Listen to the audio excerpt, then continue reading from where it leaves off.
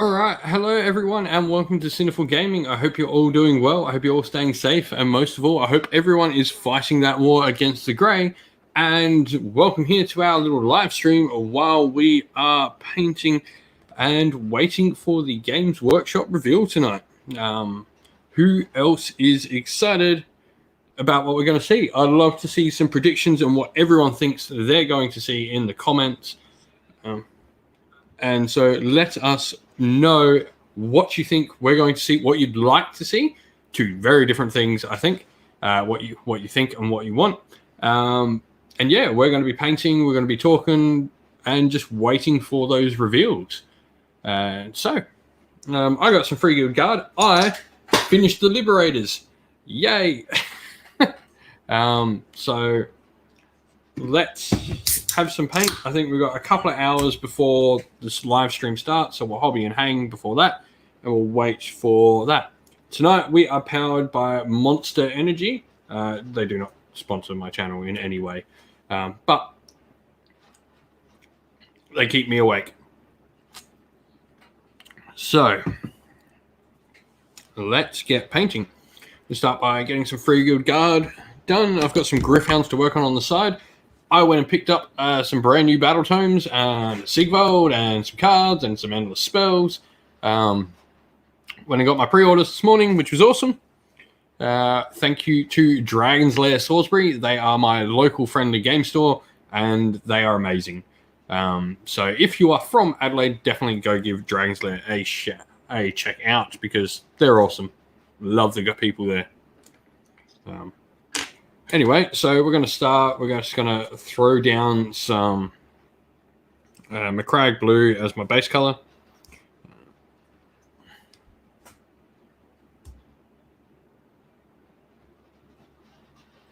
Nice. You predict we're going to see Blood Knights. I think now, yeah, we posted this. We obviously saw the 1 day to go picture where they had what looked like some sort of vampire on some sort of mount. Now, there's two things I think it could be. I think it could be a Blood Knight, but they very cleverly did not show you a mount. At least not from what I could tell. So I think there's every potential that it could be like maybe a new mounted Vampire Lord or White King. There were some people throwing around pictures of that White King, the old White King on Skeletal Steed. And the helmet's very, very similar. But then those all sort of winged helmets are all just vampire-y normally anyway. If you're in the chat, let us know what you're hobbying on. Let us know what you think we're going to see. And yeah, look forward to hearing what everyone thinks.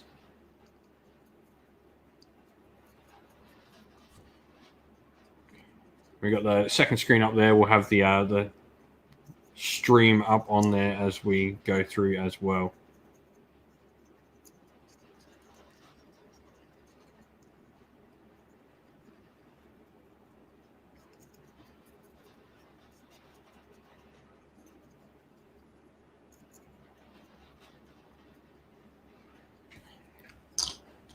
Just whacking down a Macragge blue base coat at the moment. Hello to everyone in chat. Commissar Kane, I see you there, buddy. Hello to you. Hope you're doing well, mate.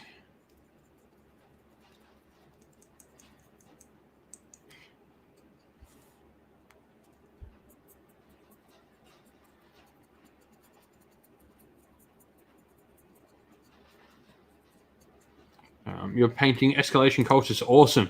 I've been looking at getting a couple of models from Blackstone Fortress, or trying to pick up Blackstone Fortress before it goes, before it becomes discontinued.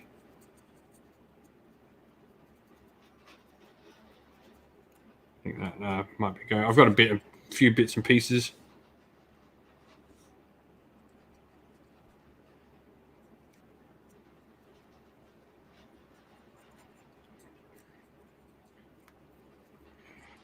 But once I've got this army here done, we're going to go painting Loyalist Space Marines.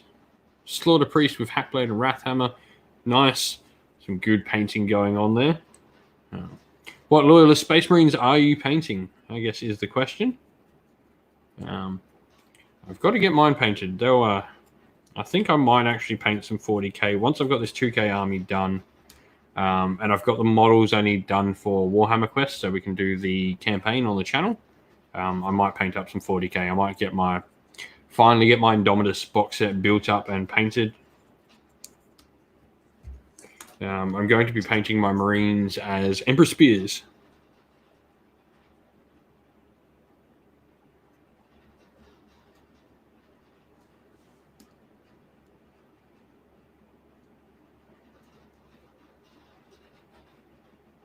Oh, Ultramarine Successor chapters. Nice.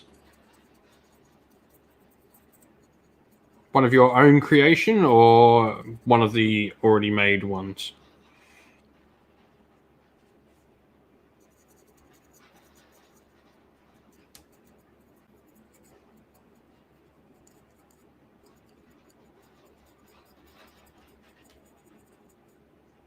Yeah, homebrew. Nice. Just love a good homebrew chapter. I was just looking for a really cool scheme and something to attach, and I really liked ADB's story, Aaron Densky Bowden's stories on the Emperor Spears that he's done. So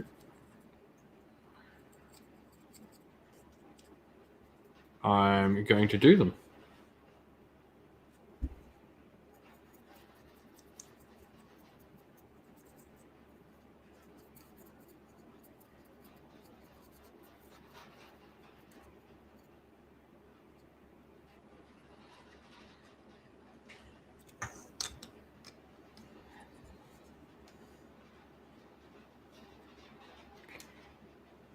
Yeah, there's some really cool successor chapters out there.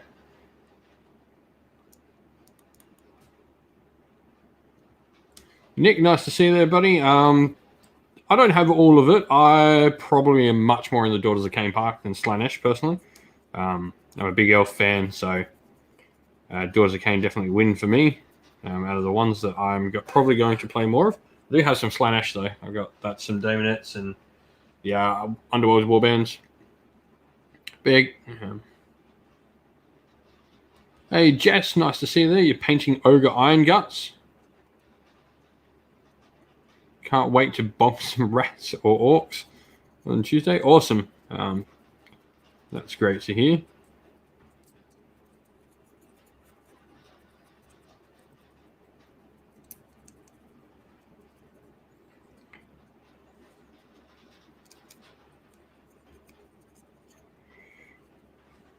Got some games lined up and planned.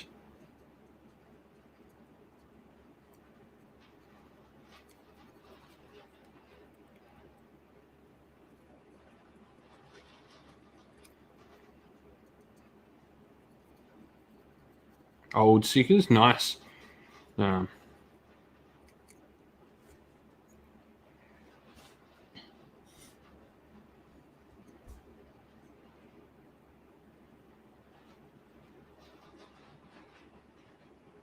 Nice. Every Tuesday AOS and every Monday is 40k.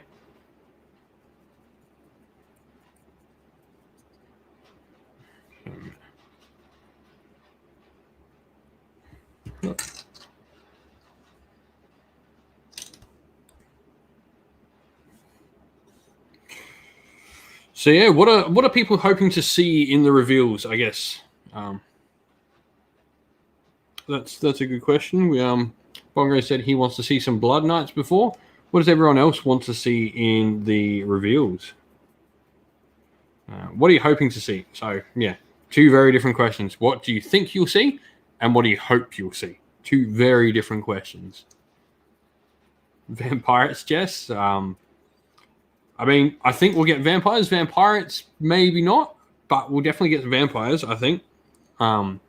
If people saw my little prediction video, I definitely think we're going to see some of the Gravelords.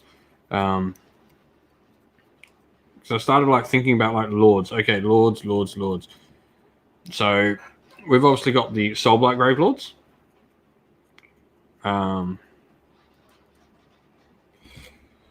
Yeah, I think we'll see Tyrion later. I don't think we're going to see him yet. I think they've really staggered out the big players in AOS. and I think they're doing it intentionally. Like, it props up sales, and I think even more with like current world situation, I think we're going to not see some of the big people for a little bit. New hover tank for Chaos Space Marines. Unfortunately, Comments Like Kane, the reveal show is just Age of Sigmar, so we will not see any 40k at all. It is just Warhammer Age of Sigmar, Warhammer Underworlds, and Warhammer Quest Cursed City.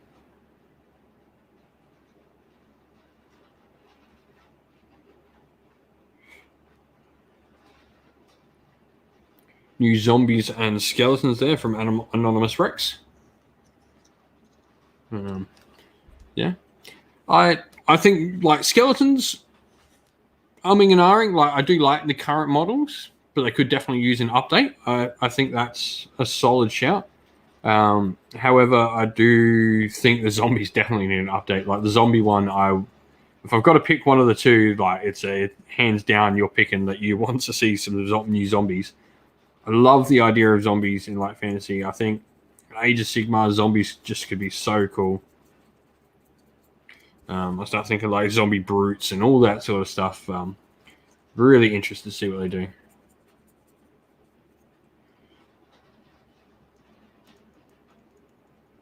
So I honestly don't think we're ever going to see Sigmar as a model or as a playable character. So the whole like lore of Age of Sigmar is Sigmar used to be like the warrior that used to fight from the front. In the Age of Chaos, he was the one who fought from the front. And he lost. And so what he's realized over time is that he no longer needs to be a warrior. He has his warriors that can do that for him. Like the Celestin Prime, for instance, has only ever lost one battle, and that was against Lady Alinda in Forbidden Power. That was the first time. He actually also carries Gal Moraz as well, the Celestin Prime. Sigmar has given his hammer to the Celestin Prime. And Sigmar's realized that like he needs to be a king, he needs to be a leader, and he's also put a lot of his godly power into the Stormcast. Every Stormcast has a shard of Sigmar, like a piece of him, in them, in the forging. So it's I don't think we'll see Sigmar because he doesn't take to the battlefield anymore. Maybe one day, like Age of Sigmar is an ever-evolving narrative, so there's always the chance that it could happen. That's the great thing about Age of Sigmar is because the narrative's evolving and changing all the time. There's nothing stopping that. Yeah, like the Stormcast, like that. They all sort of look similar too. Like they all have their own features and stuff. But they all sort of have very distinct features as well.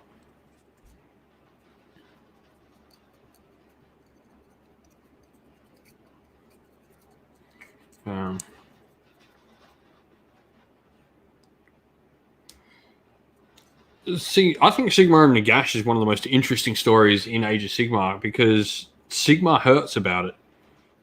So if you've read some of the background, like Sigmar and Nagash used to be like best friends during the Age of Myth. They were like brothers. They were as close as anything. But it turns out that maybe Nagash didn't feel the same way as Sigmar. And Sigmar and Nagash were sort of like these two main gods. They were very much. It's very reminiscent of like the old Greek mythology of like how Hades and Zeus were very close and then they sort of fell apart. But that's definitely a cool story like arc. Yeah, he could be. Like, I definitely don't think we're going to see Sigmar in the fight like we, I guess, thought of him in like pre-times. Like he's no longer the warrior, like the warrior king. He's now the god king. Like, and he realizes that like my place is to be above and directing.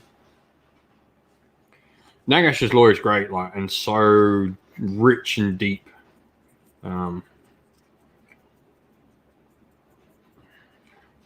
Speaking of lore, though, did everyone see the picture of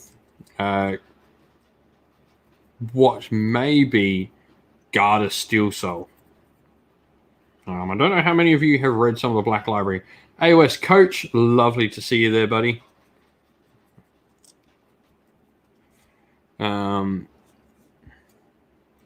But yeah, so what looked like maybe a Gardas Steel Soul. So for those who haven't read the narrative of Gardas, Gardas is probably the main Hallowed Knights, which are the Silver Stormcast Eternals.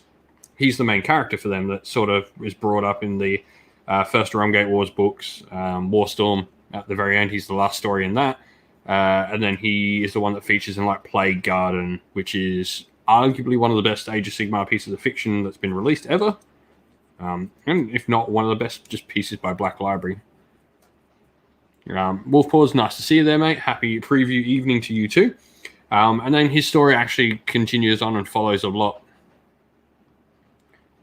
Yeah, well, that's sort of what they're doing with the Old World, and I am almost a little bit disappointed that, like, I love the Old World, and I'm happy that Old World's coming back, but I also want to know more about this Age of Myth. This time between Warhammer Fantasy and Age of Sigmar, I want to know more about that. We know very, very little on it, and I think that is an interesting space to explore. Yeah, like I could go on for days talking about how important a Gardas model could be, because we've had a lot of people that you have the people who are like, yay, cool, Morathi's come back, or yay, cool, Sigvold's come back, and stuff like that. But you also have the people that are like, well, I wish Age of Sigmar would create their own characters. And what Gardas is great for is that he's a character that we've literally built up. So he was in the second ever book released for Warhammer Age of Sigmar novel-wise, and he's now featured in almost about 10 different novels. He's a character that for 5 years has been built up over time to have this status amongst many of the community of, like, he is probably the coolest or the most well-known, outside of maybe Vandus, of characters.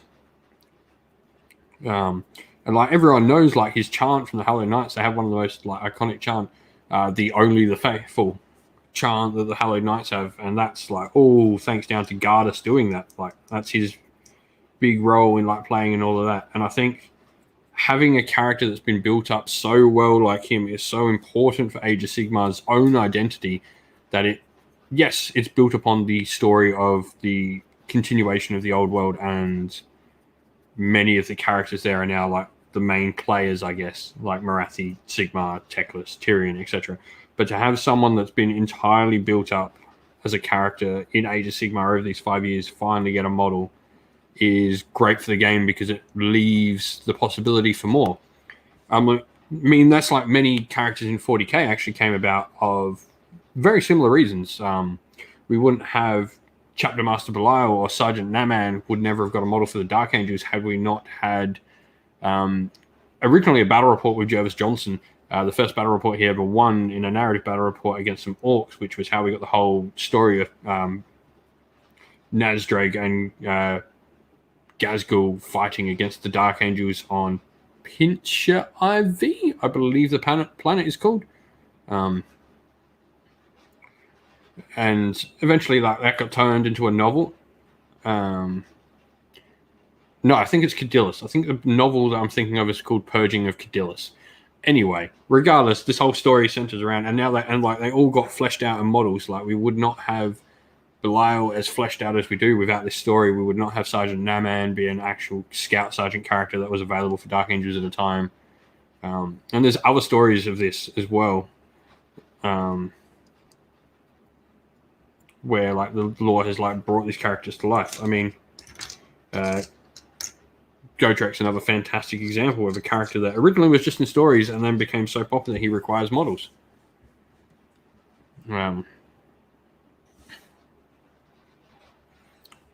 And yeah, Wolfpaw is definitely. Callison Toll is like another one where we've had like now multiple stories, or even like I know this is going to sound, I guess, maybe a little bit biased of like Arika Zenth, the Scourge Privateer captain that's in it, but she's like had her own spin-off novel now as well. And I just think there's a lot that can be done with these characters, and these characters getting recognition and after all this time being built up is very important. I'm painting some Free Guard. So I'm painting up a Stormkeep army, which allows me to take 1 in 4 units as a Cities of Sigmar unit. So for my third battle line option, because Free Guard are generic battle line, my third battle line option is just a nice little sweet 80-point unit of Free Guild Guard, alongside the 60 Liberators you can see there.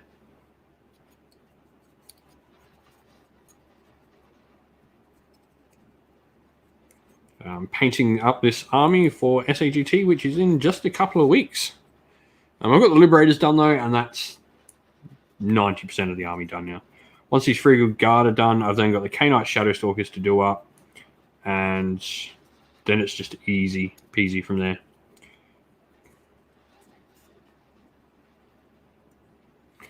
Yeah, I do wonder who the Salson Prime is. Like, there's been a lot of calls and like who it could be. Is it perhaps maybe Volton? Is it maybe the actual spirit of Karl Franz?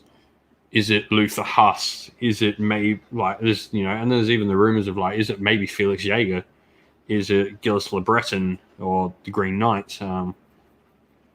Is it maybe Vlad? There's been a whole bunch of talk and about who it could be and stuff.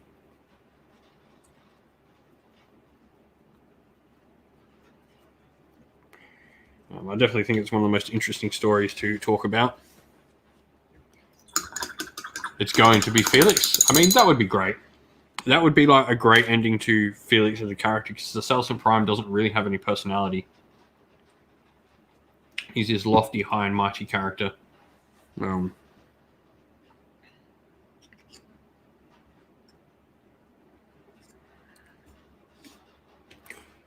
now we just need to put wash down on all of them. We can't actually pin it down to when he showed up, because he's always been there at the start. The thought is he's the first Stormcast ever created. Like, no one exactly knows like how Sigmar made this amazing warrior, like how Sigmar got this fantastic soul that could wield Galmaraz. So Karl Franz is definitely, like, I think, a fantastic shout, because you got to remember that Sigmar came back by possessing Karl Franz's body and spirit, sort of. It's a bit weird and it's a bit unknown how it really happened. But effectively, there was Karl Franz, and then all of a sudden, there was Sigmar. But yeah, Karl Franz is definitely a option that I think is a solid idea of who it could be.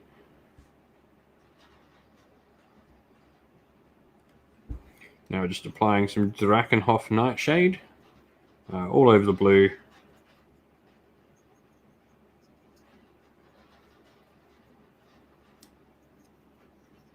And while we wait for this to dry, we might work on some Gryph-hounds.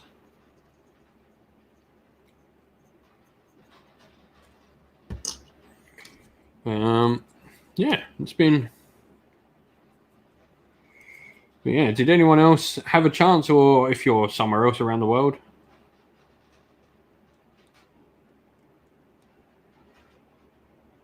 Yeah, like, I was fully into the end time story, like, because yeah, obviously we had, like, I guess just before that we had like the Cain books where all the elves were sort of avatars of the different gods. I mean, we had like obviously like Tyrion became Cain, and Araloth became Ashurian, Orion became Kuranos, Daith the Smith, the Wood Elven Smith, became Daith the Smith became Vul, and a whole bunch of that. Still think that's one of the coolest stories that we never truly got finished, of like Araloth. I think he's an interesting place to go. Like him and his little hidden world. He's such a fantastic story in Age of Sigmar, of because he's an utter, like, not a nice person at all. Araloth was like some pompous prince in Warhammer Fantasy that was a Wood Elf prince, and he was like the whole I'm a prince, I'm better than you sort of person. And then the one good deed he did was save this damsel in distress from these beastmen. It just so happened that that damsel in distress happened to be Lilith, the elven goddess. So the one good thing that he ever did, he saved an elven goddess, and then literally became her chosen champion and devoted his life to her. and eventually became lovers. It's really weird because like Teclis in that whole story is definitely like the awkward third wheel in Araloth in the left, because Teclis is like devoted to the left as well, but he is completely the third wheel in that relationship.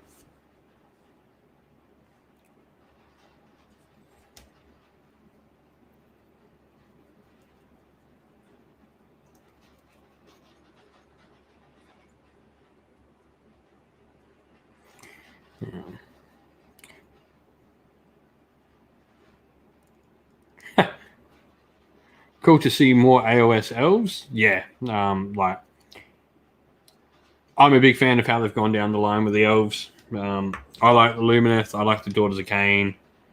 I like the Kurnothi a lot. Please, please, GW, give me more Kurnothi. I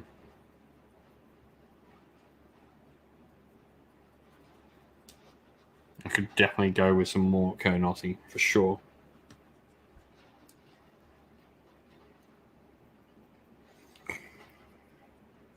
So we'll finish getting this wash on, and just because this is over the majority of the models, after this we'll probably just move onto the Gryph-hounds I've got sitting there while we wait for these to dry.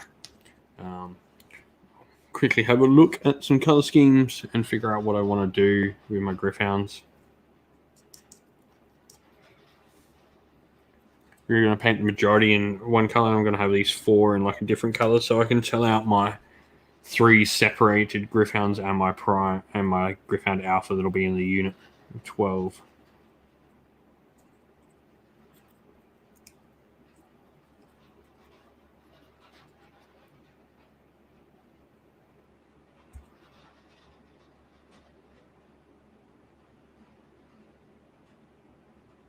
So, Sister of the Watch is something that was sort of thrown into the Wanderers at the start of Warhammer Age of Sigmar.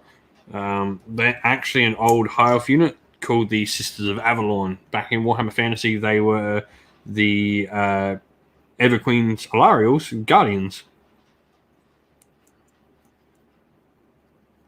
So that's actually where the kit comes from. They're just Huntresses of the Wild now.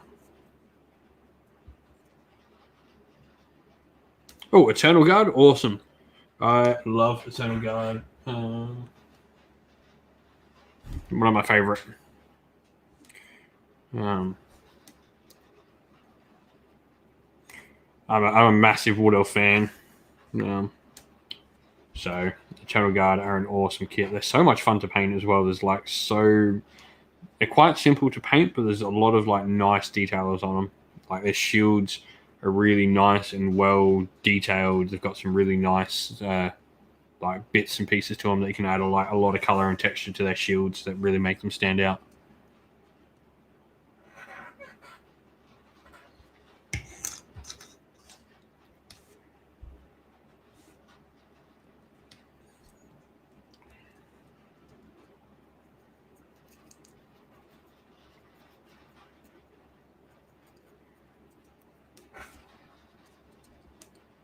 Nice. Now turn yours into some statues. Awesome. It's always good to have a few statue models. I've done that with like a bunch of the starter sets because I've got a heap of starter sets for Stormcast. And over time you get like just these primes that you don't have a use for. So they've all been turned into some statues, and I'm working on some cool little water features to make them like in the middle of fountains and stuff like that.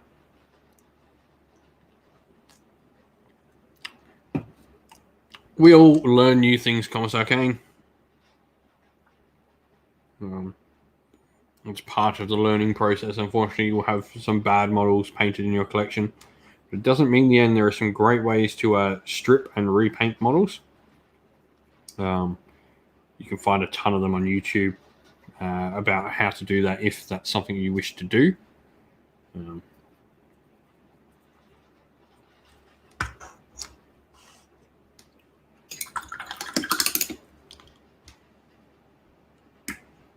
Hey, JR4, nice to see you there, buddy. I'm excited for the reveals as well. Can't wait. Give me 2 secs, everyone. I'm just looking up.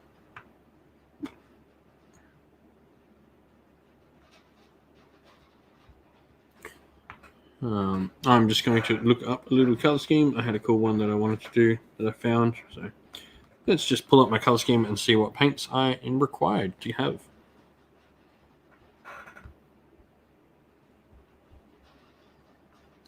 But yeah.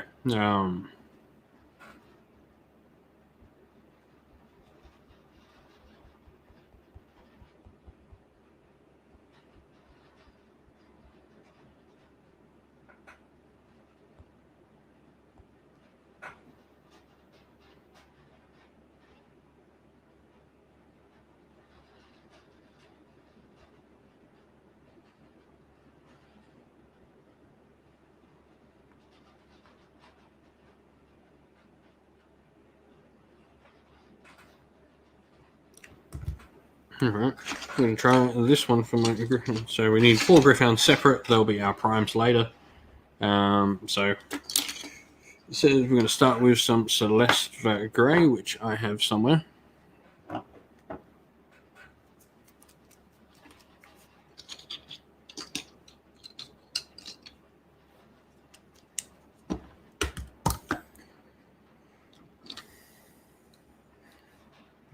JR4, what do you reckon we're going to see today in the reveal stream? What do you reckon we're going to see?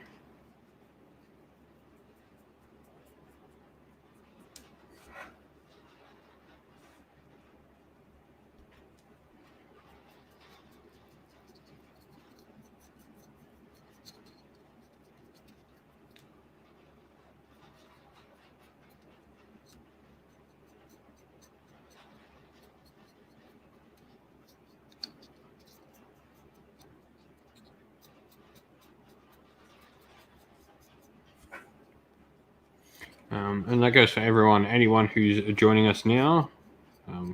Had some people shout off what we're going to see already, obviously. Who else reckons? What do you reckon we're going to see today?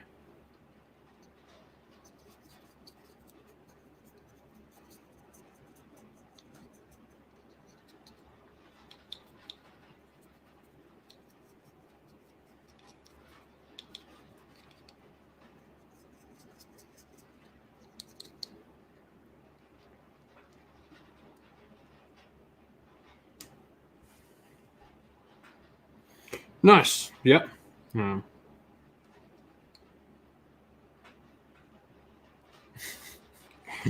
He missed a melee shot on a tank. Oh dear.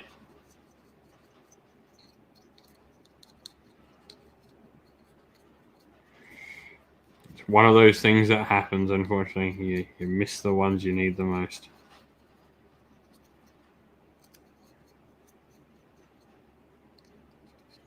Mackie Mac, you reckon we're going to see vampires? Yeah, I'm pretty sure we're going to see something of Soul Gravelords. They really hype this up as like the big reveal stream, so I think we're going to see a lot of things.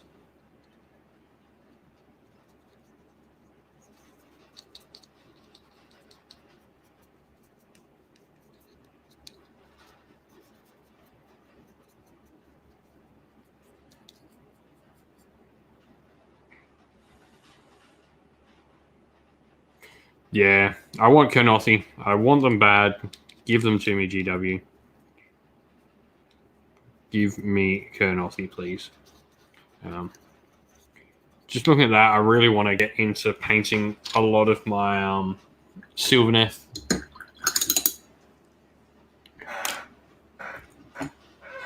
Need a larger brush. Which one of these is not buggered?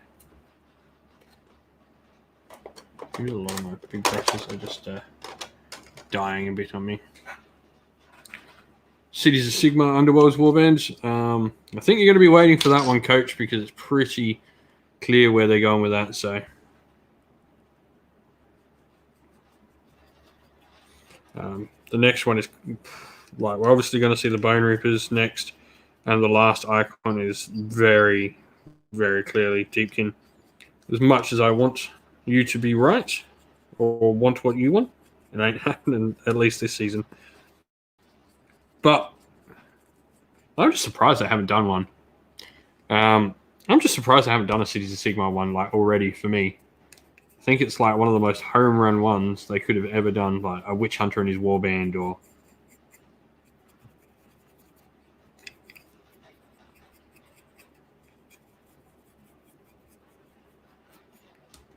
yeah, it's just such an easy one to get like done.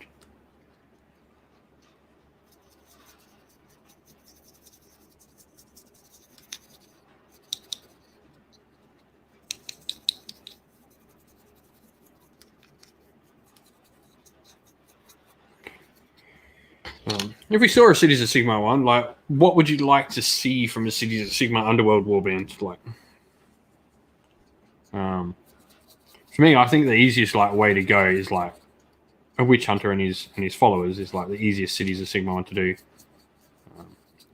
or like a Priestly Covenant, or even a Darkling Sorceress and her Thralls would be a cool one as well.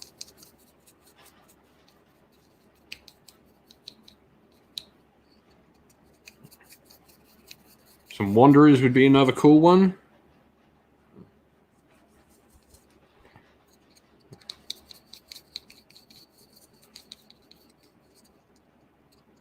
D&D party, yep. Like, I think that's what everyone wants, but I think we give Cities of Sigmar more if we spread them out.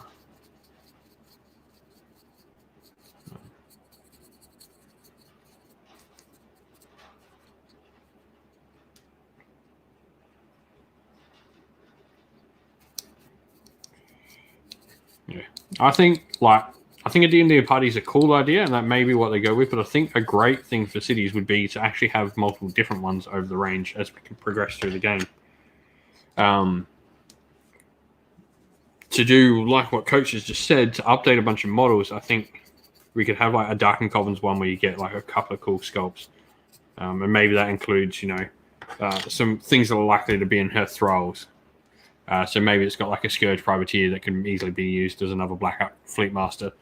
Although I will say that the Dark Elf range is probably the most recent bunch of updated model, a second in Cities of Sigmar. The only one that's more recent are Dwarven models.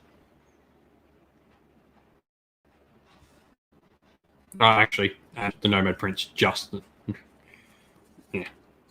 None of those, like, they're all about. I say that, but even those Dark Elves now are like what, 7 years old, 8 years old.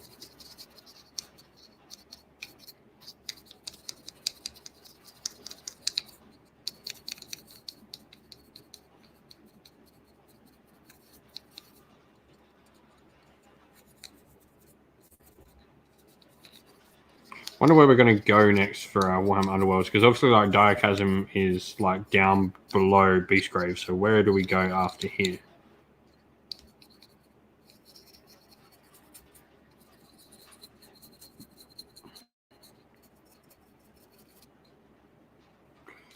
So the dwarves are called Dispossessed because they were dispossessed of their homes.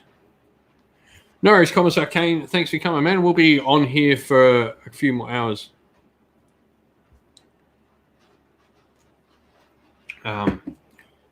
Yeah, mate. Yeah, god dang it. I'm using something different that doesn't screw me over if it decides to blip a little bit.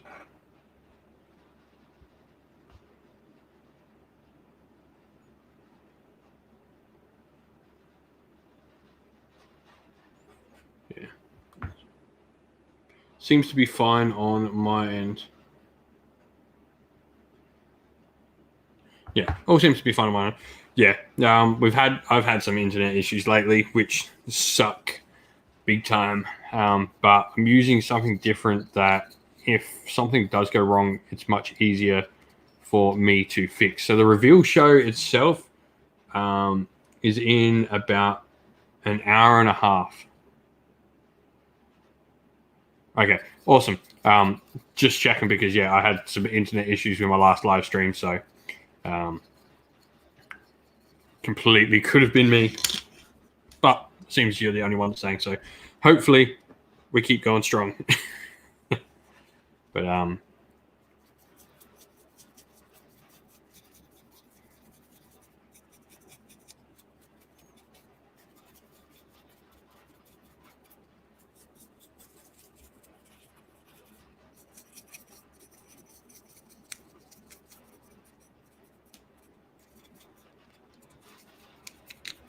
so yeah, I've got to After this, like I said, I'm going to be working on some Warhammer Quest models. I've got to paint up a few bits and pieces to do the campaign that I'm planning on doing for the channel.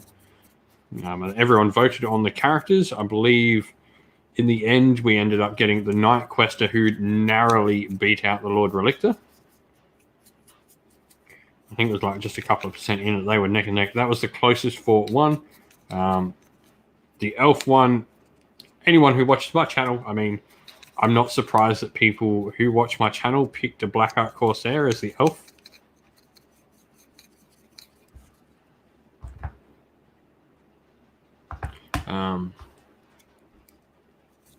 I'm not surprised anyone there, like people watching my channel, picked the Blackheart Corsair as the Elf companion.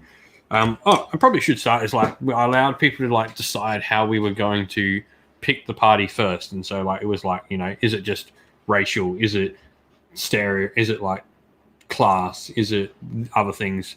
And in the end, people they want a Stormcaster Elf Dwarf Human. So that's what we went with.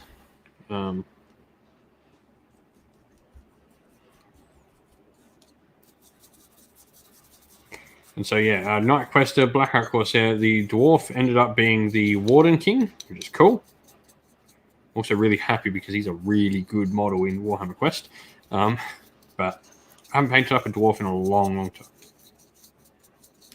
A proper old school Dwarf in a long, long time. I had a small army I did up for 8th edition fantasy, and I think that's the last time I painted up a proper Dwarf. And then the human was the Excelsior War Priest, which I'm really happy about because I got a couple of them laying around, so I'm really happy. Bongo,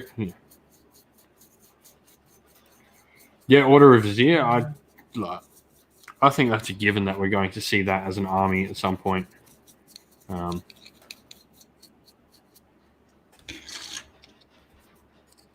me, dwarves have fabulous beards. Yep, couldn't agree more. If I wasn't a hospitality worker, I might grow the beard out a little bit, but I'm in that sort of stage where I'm shaving the head back and just I'm not wanting to grow my hair as much anymore. Back in my much younger days, I had bum length hair. You can imagine me with really, really long hair. It's curly as well, so when it goes long, it's wavy. I can't go back there because in order to get long hair again, I have to go through the stage of an afro, of when the hair sort of curls and goes out first, and it has to get long enough to drop down. So I don't want to go through that again. I've also gone way too grey way too early, so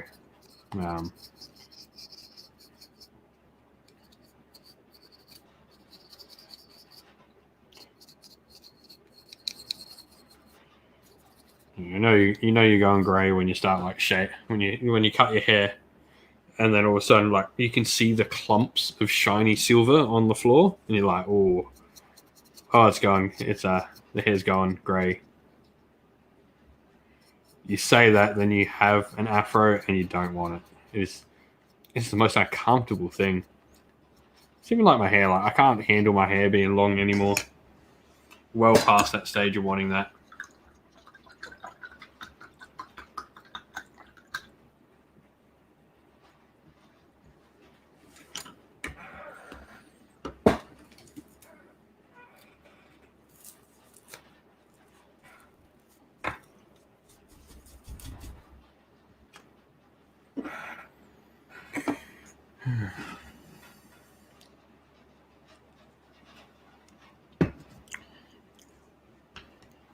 Where did I put my other blues?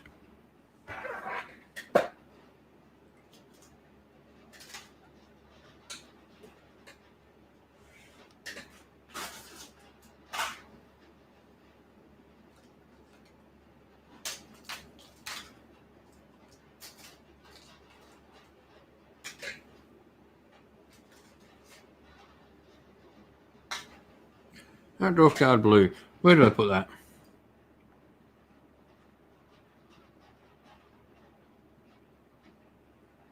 Nice, JR4. That's awesome, man. Give me a sec, everyone. Where did I put paint? 2, not the blue I want.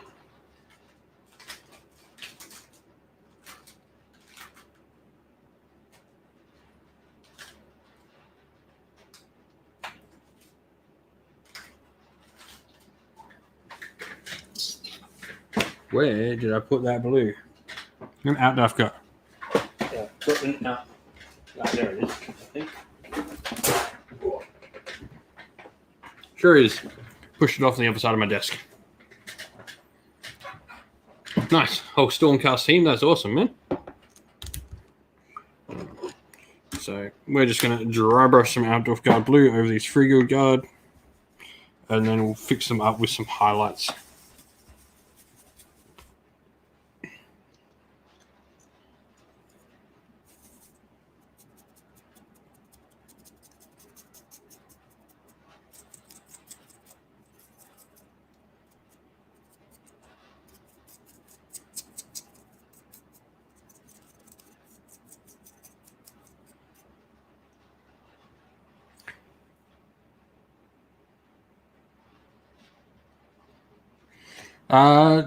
Luminous, yeah, they probably should have got an honorable mention, but like I like to keep them short and sweet. If I keep going, if I go through everything, they'll be forever long, and that's not the idea of them. So yeah, Lumineth are pretty good defensively. I have found that while they can have -1 and all that sort of stuff on them, they really do struggle in some aspects, without Techless especially. They are nowhere near as defensive without that 5-up feel no pain, or we'll say that. But like they are decent, but I don't think they're one of the best. I think, yeah. I think the ones I picked are probably my top 5. Maybe Fire Slayers should have been in my list. I think that's probably the biggest omission, but that's what the comment section is for. If you think Lumineth, give your reasons why in the comments, because I make it quite clear, or I try to make it quite clear that they're definitely not the only ones. This is just some thoughts and ideas on like maybe where you can go. And the comments definitely help a lot of people pick their way around the parts that I maybe don't go over. But I'm glad you're enjoying them, Stuart.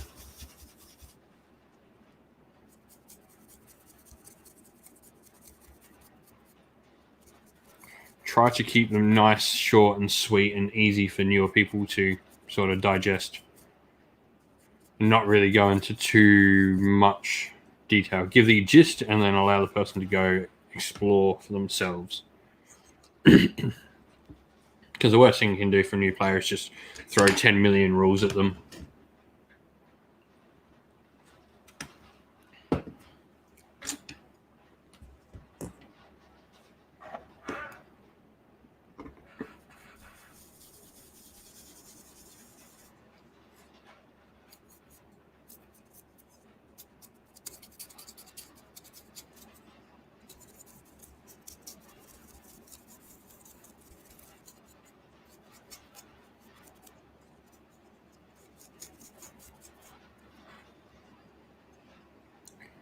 Yeah, OBR, awesome. I don't know if you can see.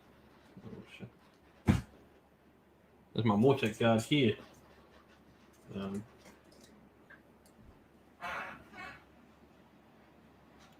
Yes, blue and yellow Mortec. So I've got an OBR army that I've started over there. Oh, nice. Kawasaki, you're new to the game. That's awesome, man.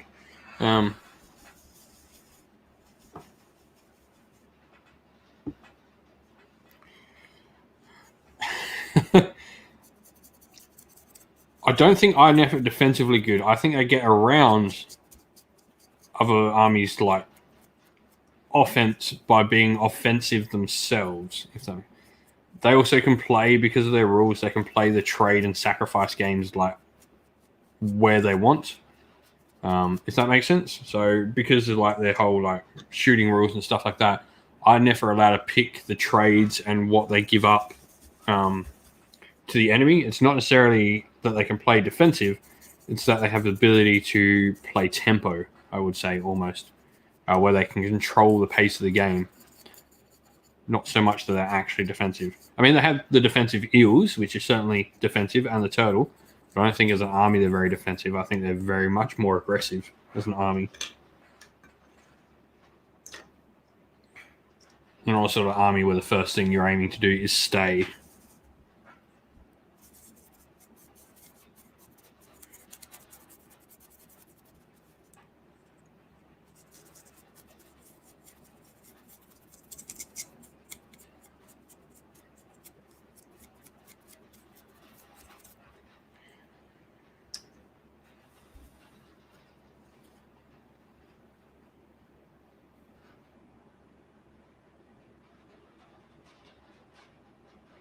Nice. Awesome.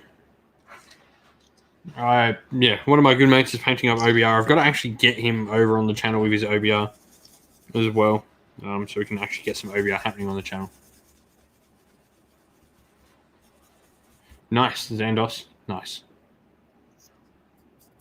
He's such a cool character.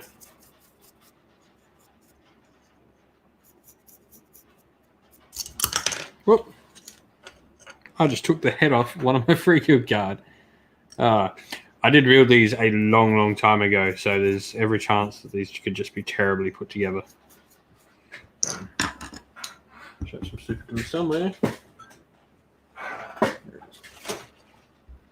This is why we always have super glue. So yeah, I went with the blue and yellow for my Ossiarch. Rhino, yeah, Rhinos are cool. For me, personally, with Marines, I like going only Primaris. With Marines, I'm planning on going Primaris and Primaris only. I'm not a big fan of old Marines and new Marines next to each other, personally.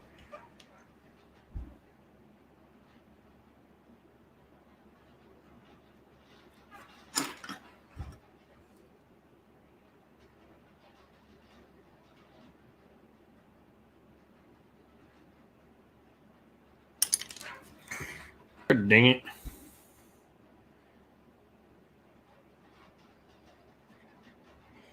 Gluing his head back on.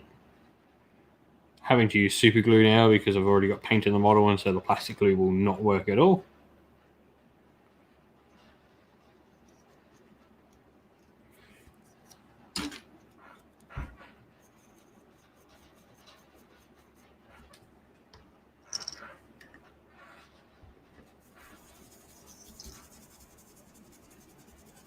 That's fair enough, Commissar. I mean, you get what you like, and that's the most important thing. If you're going to like what you're going to get, then that's more important than anything I can say. That is my personal taste in life.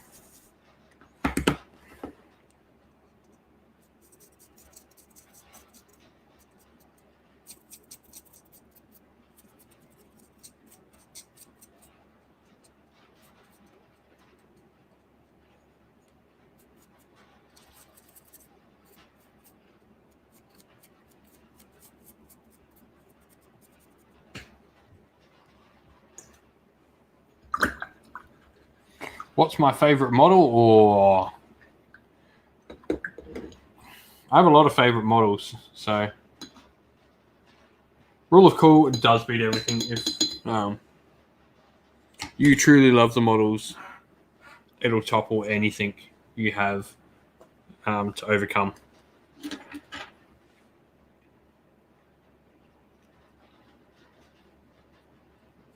How long to the preview? Probably about an hour-ish. I think about an hour and 15 minutes. Jerome?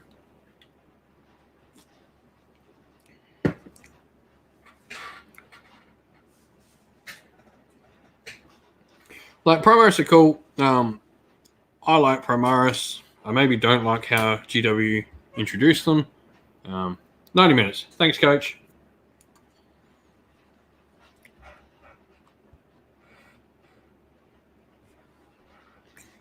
Yeah.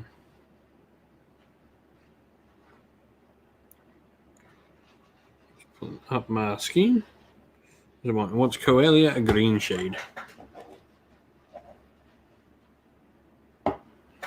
Most of these go for about an hour.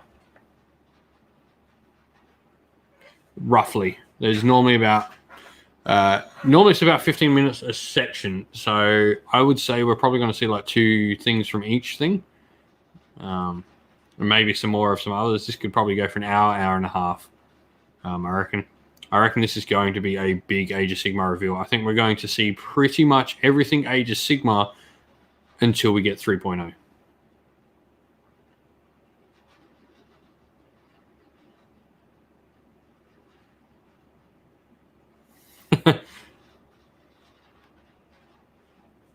Oh, like the models for Primaris are just fantastic. Like nothing can take that away, regardless. Take lore and all that sort of stuff out to the side. Primaris models look amazing. I love the look of Primaris Marines. I think they're a really nicely, well imagined look to the Space Marines whilst remaining true to what makes a Space Marine cool.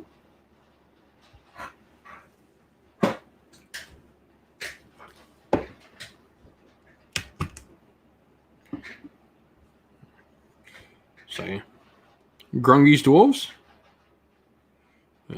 But I would like to see more Dwarves. I'm really interested to see what the Fire Slayers are doing lore-wise, because the last thing we sort of got was like, you know, the ones in sort of were never really truly lore-wise involved too much. We had last time we really got Fire Slayers in the lore was Forbidden Power, and they were just sort of there to show off that, oh, mercenaries are a thing. They weren't really there because Fire Slayers needed to be there, if that makes sense.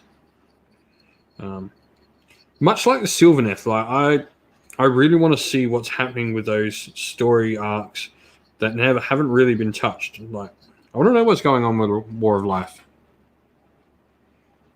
There's a lot more to Fire Slayers, so reading some of the more lore, they actually have this thing called Glimmerlust. And that's what drives them to Urgold. They can't actually say no to it. It's actually hard for them. Like they want it. They need it. It's actually really cool. It's almost like their downside is this Glimmerlust that they will do anything for this substance. And we have some that like fall so far down the like so far into their Glimmerlust that they lose sight of what's right and what's wrong. Because you will have Fire Slayers who refuse to work, but you also have those that can't help but be tempted by the potential of getting Urgold.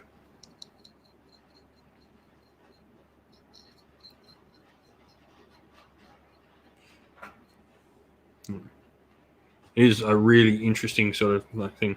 There's a lot more to them than just Fire Slayers fight for whoever they want. There's a lot more to it than just we fight for monies. There's actually stories of them as well where they go in and they fight for chaos and fight against other things to get the Urgold and then actually to kill the chaos in the end as well.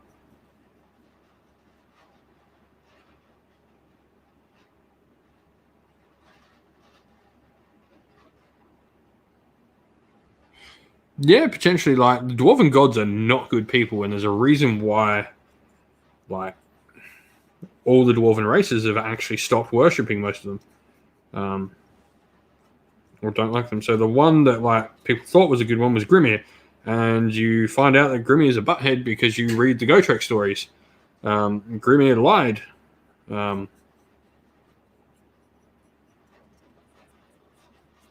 But you also have Gotrek that's maybe an avatar of Grimir, or maybe Grimir reborn.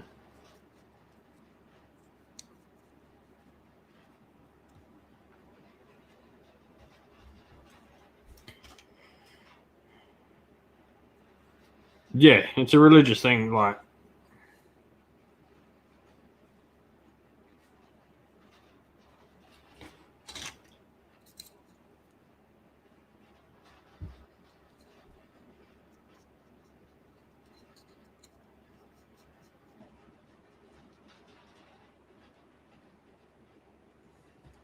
Yeah, like that's Gotrek's whole story is that he was lied to by the god he served, so faithfully.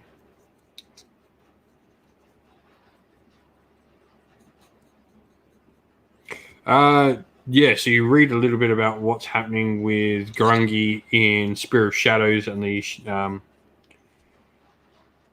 so he's actually trying to turn particular artifacts that he crafted and were corrupted by chaos against chaos.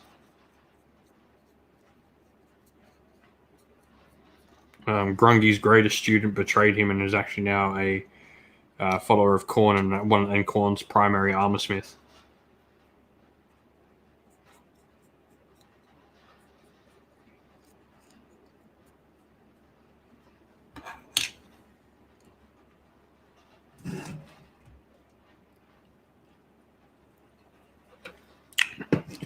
Yeah, like Gotrek stories are fantastic. If you have not read anything about Gotrek in the Mortal Realms, go give Realmslayer a listen. It's also amazing that Brian Blessed voices Gotrek. For anyone who doesn't know as well, Brian Blessed is Daddy Pig in Peppa Pig.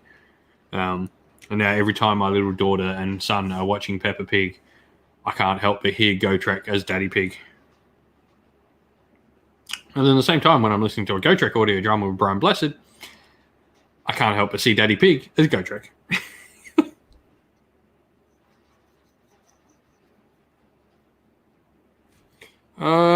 Sigmar's not perfect either. Like, I think that's Warhammer. There is no perfect god. Sigmar is certainly good in his intentions, as are a lot of the mortal gods. Like Alariel is good in her intentions as well.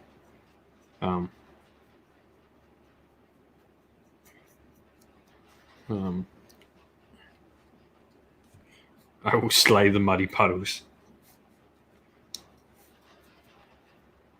No, I will turn all my enemies into muddy puddles. Is definitely what Gotrek says. I will defeat my enemy till they are naught but muddy puddles on the earth.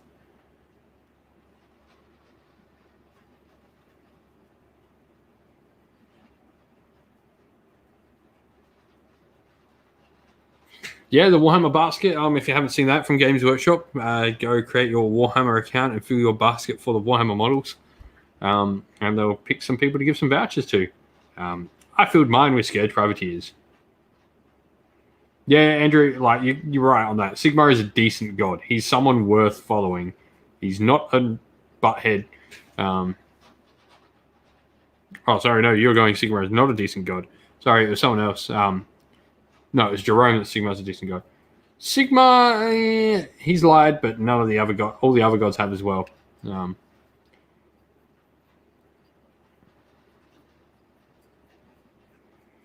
Yeah, none of them are perfect. No god is perfect in Age of Sigmar. And that's what makes characters good. Like, you don't want a perfect god. It's hard to relate to that. Like,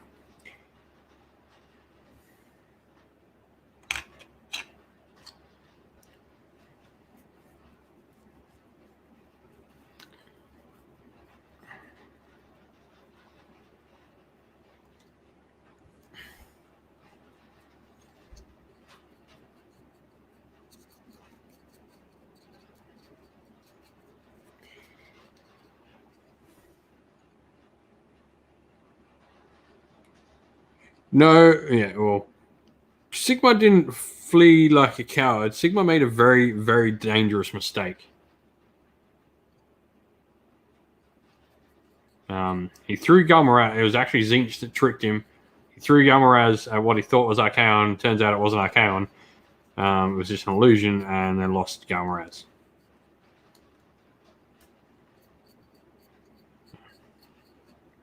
I like the story of Sigmar where, like,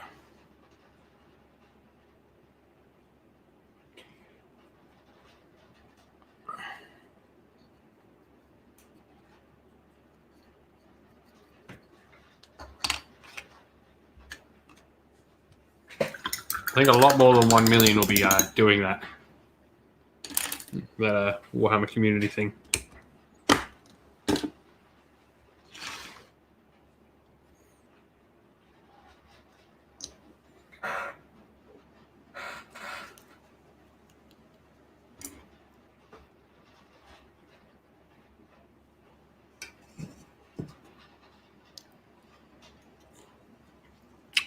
Yeah, Warhammer's cheaper in the UK.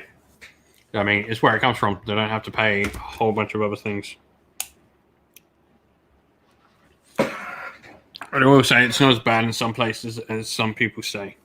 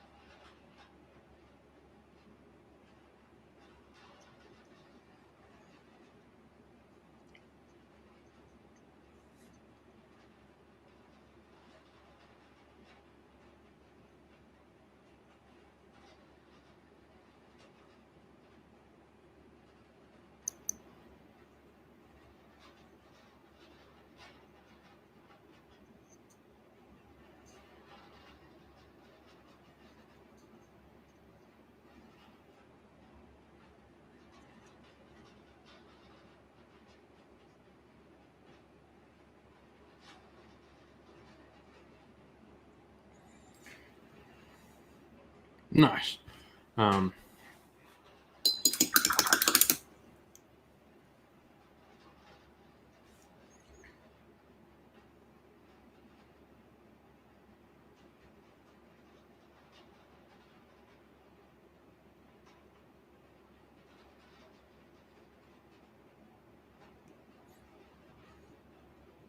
Miss Johnny, you put in 3 stack.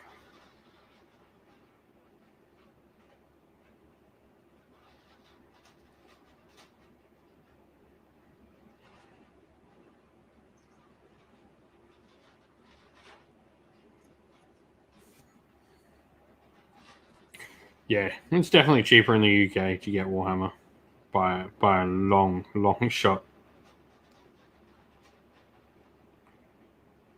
Who knows how it'll go in the future? A lot of things going around in the world and certain things that may make it very cheaper to get Warhammer in Australia soon. Maybe.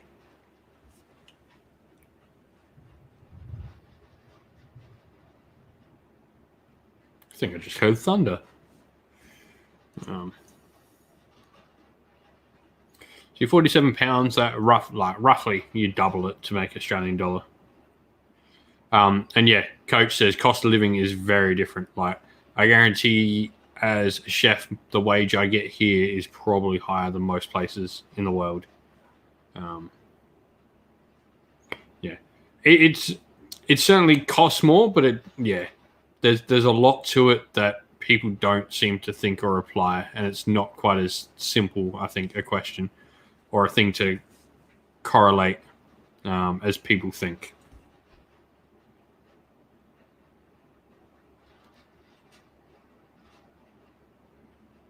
Yeah, pretty much what Coach is saying. Like, our minimum wage is what Australia's is. I think Australia's minimum wage is $18 an hour or something like that. Like, it's substantial compared to a lot of places in the world. Anyway, we won't get into all of that because that leads down some some rabbit holes I'd rather not discuss on stream.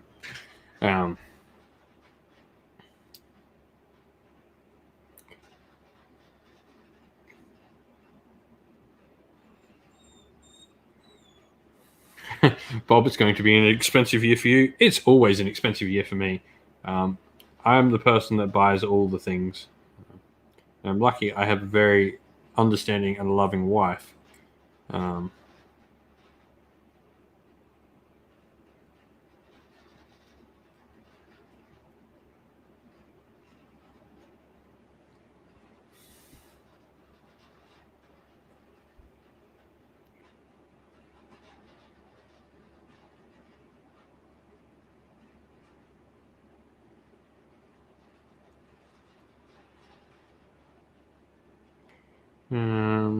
There's so much detail on these Free Good Guard models. Always amazed at just how much detail is packed on these little minis.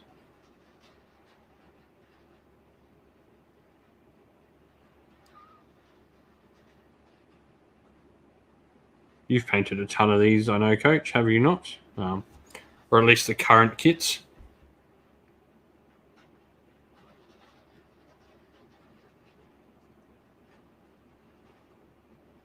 Such nice models, so much detail crammed into them. So much character to them. You get Ripper's Snarl Fangs before they get discontinued. Yeah, they're a fantastic set of models.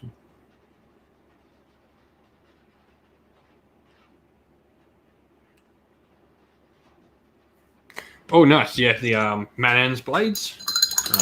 And what was the other one? Nuln Ironsides.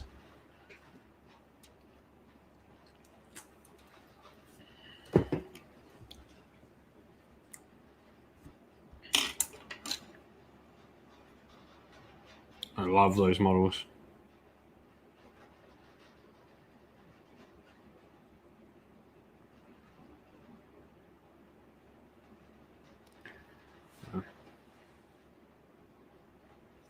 Ironsides were probably my favorite. I loved. I've recently been tracking down a lot of old Hammer models, especially Wood Elves, to fill out my ranks. Some old War Dancers, old Way Watchers, even old Glade Guard, the old metal Glade Guard.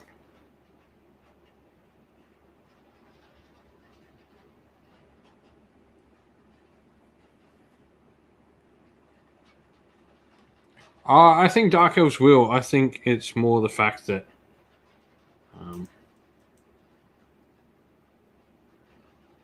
they had a story to tell, like the whole Black Scale Coil and Anvil Guard turning. I think the story. I will say I was surprised when I totally was going to think when we got a new Daughters of Cain book that they were going to be able to take 1 in 4 of their units as Darkling Covens or something like that. I thought that might have been a thing we saw.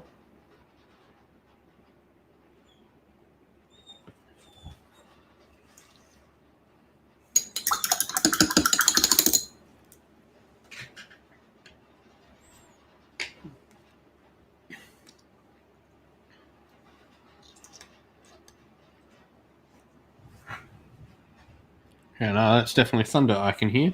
Awesome. Hopefully we get some rain on the way because it's been a rather hot few days in Adelaide.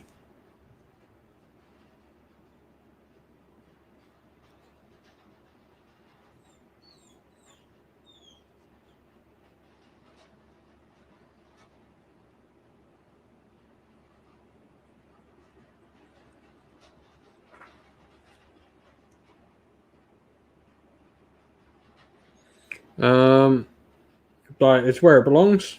It's a specialist game. I'm really hoping we get something cool. Like the character series they've done for 30k is amazing. That is stock full of amazing sculpts and models. That's what I want to see. I want to see a character series for fantasy, seeing some of those models that have maybe not as great a kits, like maybe things like Eltharion, or Orion and all that have kits that never really saw a proper update, reimagined in a character series. I think that's a really cool thing that could happen.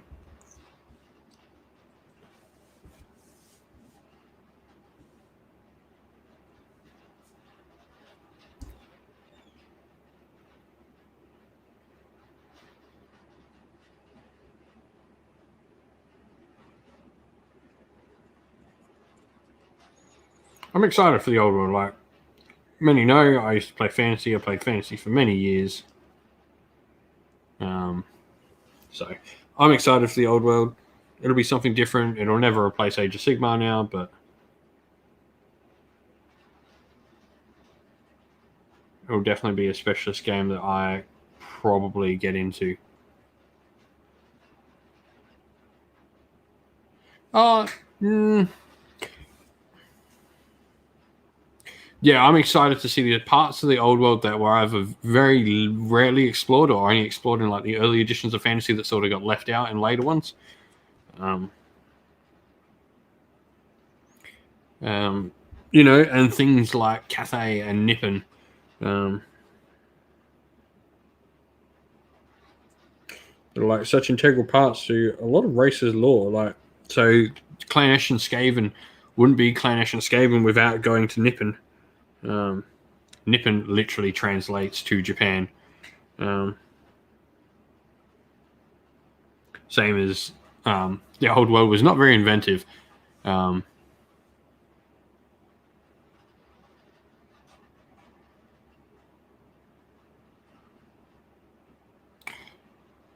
Yeah, I mean they're clearly going that way.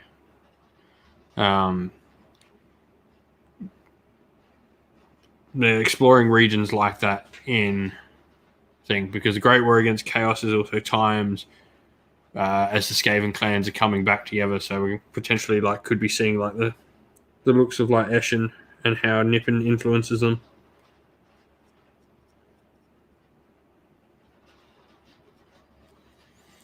Because Eshin are one of the other clan that tilts the war, the Skaven infighting war from Clan Pestilence overrunning everyone.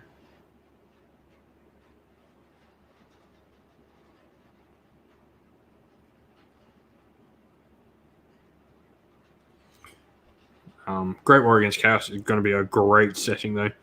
And I hope we look at like maybe not just settle in that, but look around at different ages of fantasy. And that could be an area they can really explore.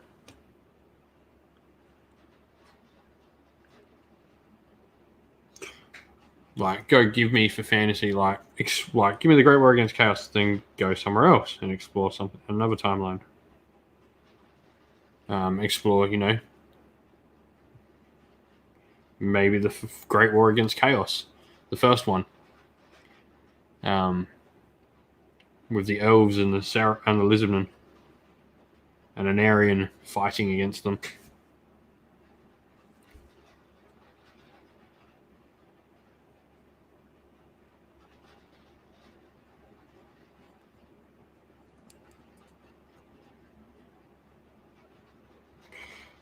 Yeah, so the Council of 13 was formed when. So effectively, the Skaven all sort of went their separate ways. They had this big thing, and then the Skaven sort of. Each of the major clans sort of did their own thing. Like Moldor was starting to rise up. Skaven was. Eshin was away in Nippon. Pestilence was over in Lustria. And Shry was sort of the undisputed masters. And then Pestilence came back and created this great war against both Shry and Moldor. And Pestilence was actually winning, and then it's actually Eshin that turns the tide, and the three other clans have to put Pestilence back in its place.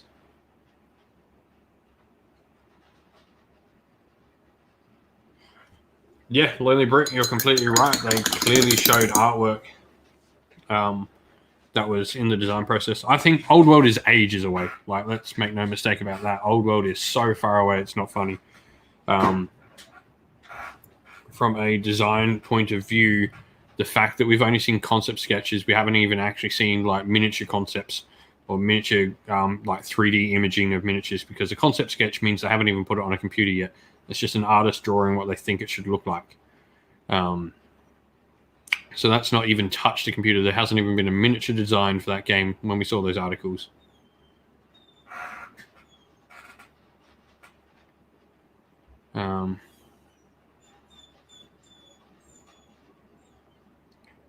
So there hasn't even been a miniature design for that game yet, and the miniature design is generally about 3-year lead time. I would lead probably more 2023, 2024 maybe. It all depends, I guess, how long certain things be affecting the world as well, because it would be certainly holding up design process as well.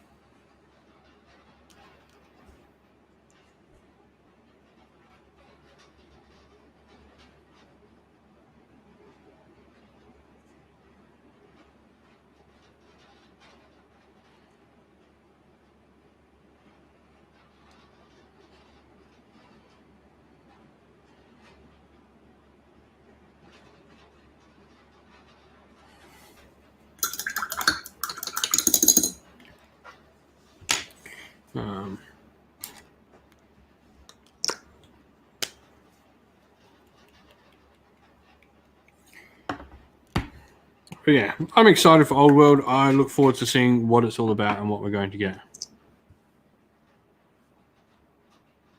Nice. 3 more crossbows left. Awesome, man.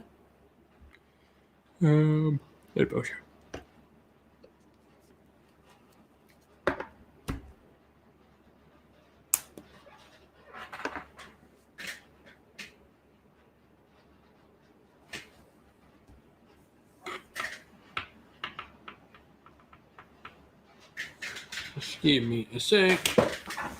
Another paint down.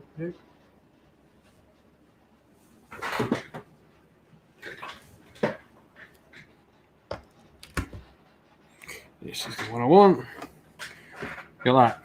I need to really throw out my old paint pots. Bad habit of keeping like ones that have barely any paint in them.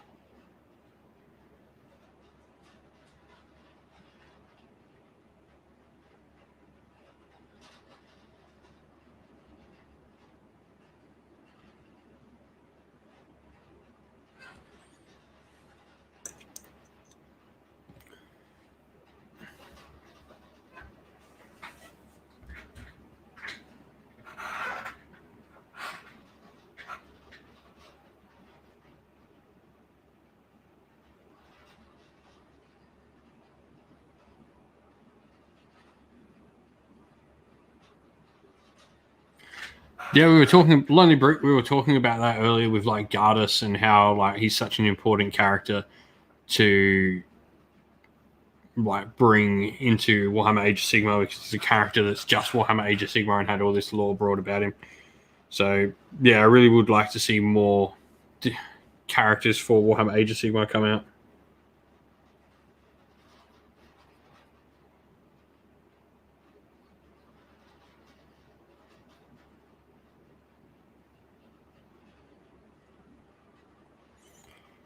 Yeah, and Jerome, you can still get Sisters of Watch. That's correct. They're a fantastic looking elf archer unit, but I think people miss the Glade Guard. I think they were one of the units that, when a lot of the removal happened, people were most shocked to see go.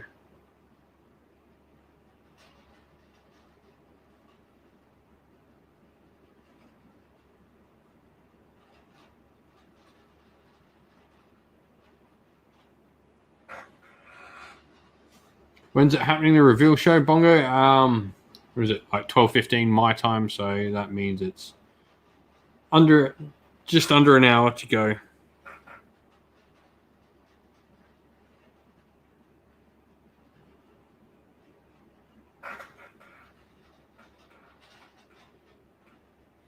What altar? I was surprised to see, actually. Like, I have to say, I was surprised to see a lot of that go. Just over. Okay, 1 hour and 5 minutes.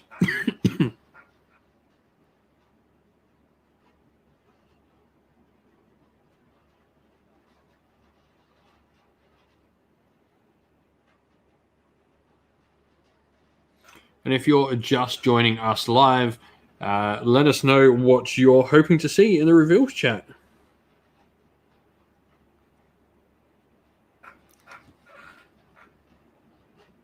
What altar was new? There was a lot of new kits that disappeared. Like all that high elf range stuff that disappeared was brand new as well.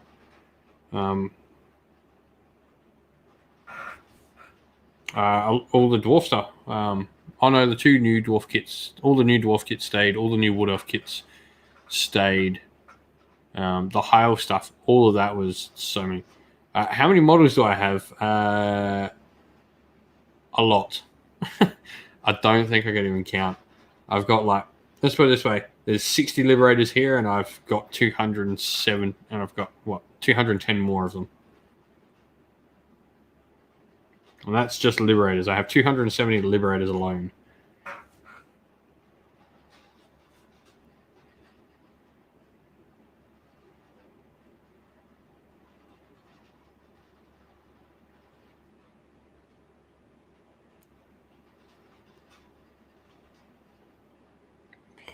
Yeah, I think I'll be a very happy person by the end of the day. If I see the Luminous Rimlords reveal, just see those sword masters and all that sort of stuff like properly revealed and not the shadows that they gave us, I'll be pretty happy. I think if they show something for Soulblight Gravelords, they'll be. I think the vast majority of people will be happy. I think that's what a lot of people want. Temper my expectation on them. I don't think we're going to see an awful lot on them.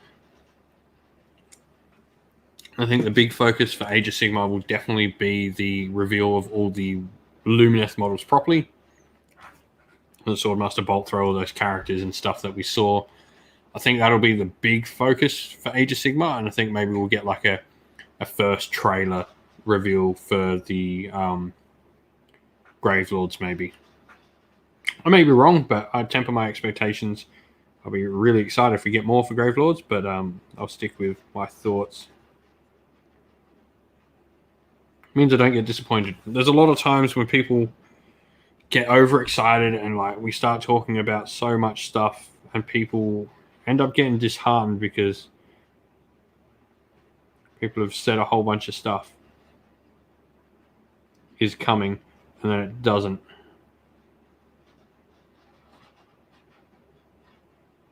Or stuff gets said is like a new thing and then it's not. I remember the hatred that Bone Reapers got when they were revealed because everyone was like, "Oh, new Tomb Kings are coming." And we got Bone Reapers, and like a lot of people like Bone Reapers, but they were certainly not new Tomb Kings. At least not to the people that really loved Tomb Kings.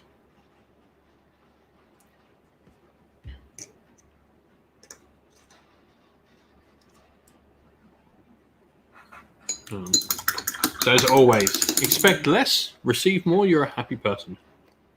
If you expect less, you're not as disappointed.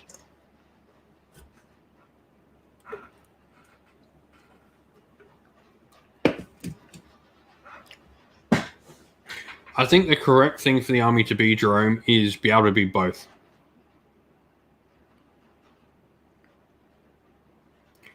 Hey, I would be down for a fully fledged Zote army. You can count me in for that, Lonely Brick. If that ever happens, you heard it here, folks, that Lonely Brick called an all Zote Age of Sigmar army. I mean, many people would have called you crazy for expecting a Zote model at all from Games Workshop. But, you know, we got the one for Warhammer Quest Blackstone Fortress, so we have a Zote model out. I mean, there's so many old things coming back. Like, we had a Zote, we had a Squat. I mean, we finally got Codex Fish Elves in Warhammer Age of Sigmar. Or Codex Fishmen. And I just think there's so much that can happen now. I mean, we got a Zote. Maybe we could get a Fen Beast or a Truthsayer or a Dark Emissary. Man, I love those old models. That'd be cool.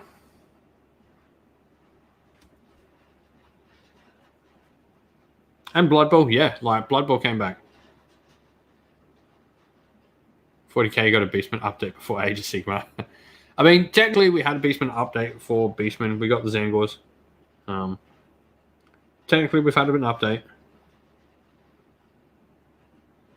I mean, we got Slangors. We won't talk about them, but we got Slangors. They exist.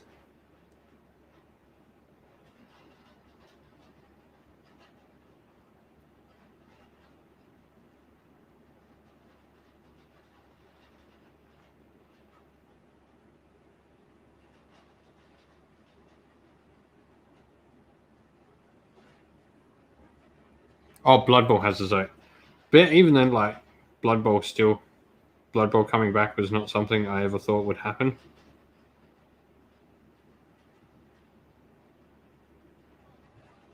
I don't think many people thought it would happen, but when it did, it was cool. An actual Beast of Chaos hero. I mean, you got Zangor Shaman. You did get one long ago. You have got an update in Age of Sigmar for Beast of Chaos. But I get what you mean. You got Grashnak and his Spoilers.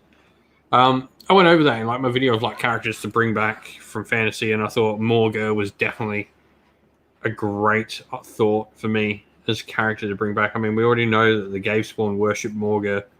as like some great corruptor. So why not bring him back properly? Terrain tips? Like what sort of tips are you talking about? Like what do you want for the tips?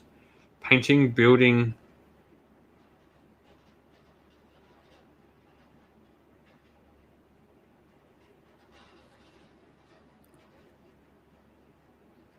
I mean, technically, also, Beast Chaos have a named character. You have Grashnak and his Despoilers. They are a named, unique character. Building? So, like, scratch building or building some kits from GW? What are we doing?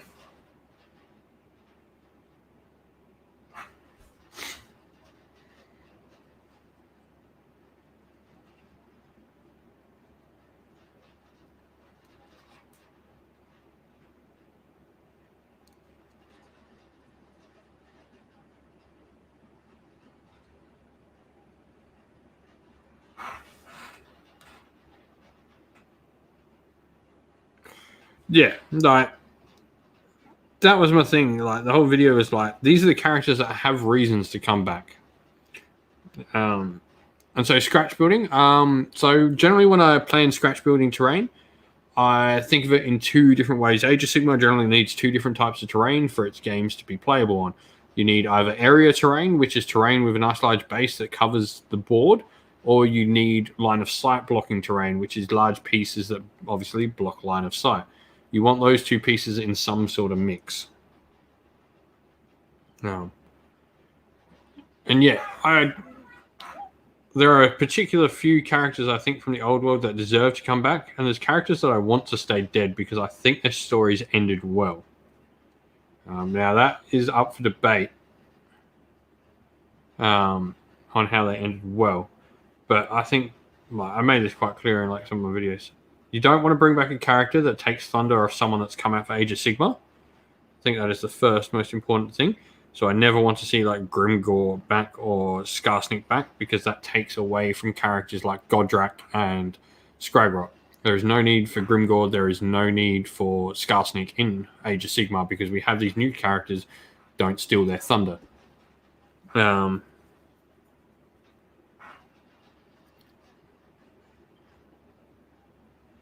Like Chaos is the easiest one to accept that like they come back. Why? Because they're a Daemon Prince now. Okay, Sigvold's spirit was saved and now he's a Daemon Prince.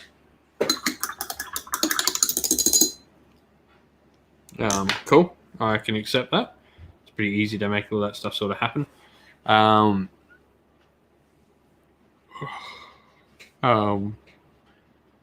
ones that like had more of their story to tell. Not really. Like no one really knows what happened. Grimgore sort of became. You're not really sure. Grimgore was still Grimgore in the end times. He never became Gorka Morka. I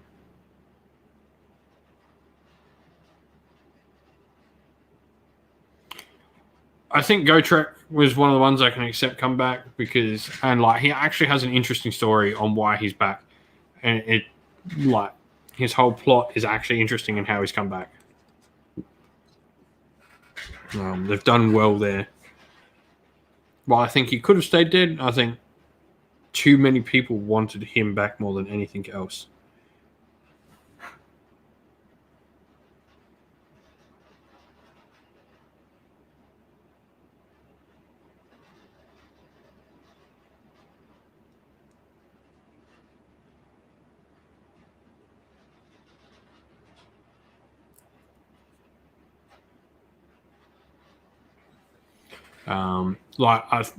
So many people love Vlad and Isabella, but I so want them to stay dead. I think Vlad and Isabella's story ended so perfectly. I don't want them to come back. There is no need for them to come back. They had a perfect ending. But like characters like Gillis LeBreton, Green Knight, like he completely survived everything. He survived for thousands of years. That dude's like immortal. So why can't the Green Knight come back?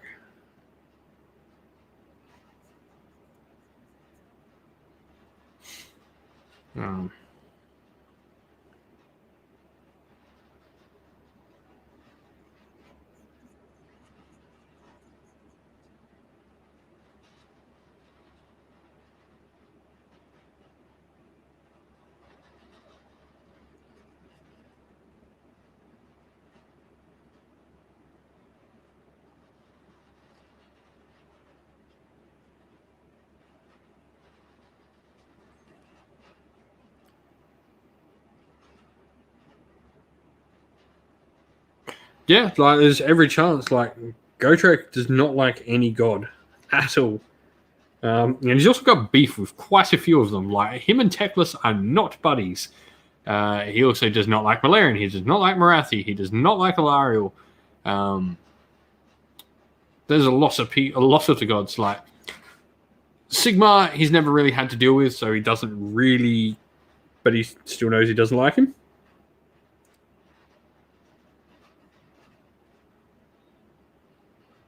But yeah, Gotrek actually has an interesting story.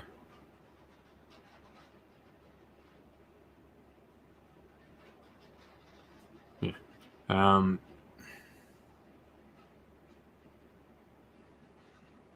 Yeah. I think.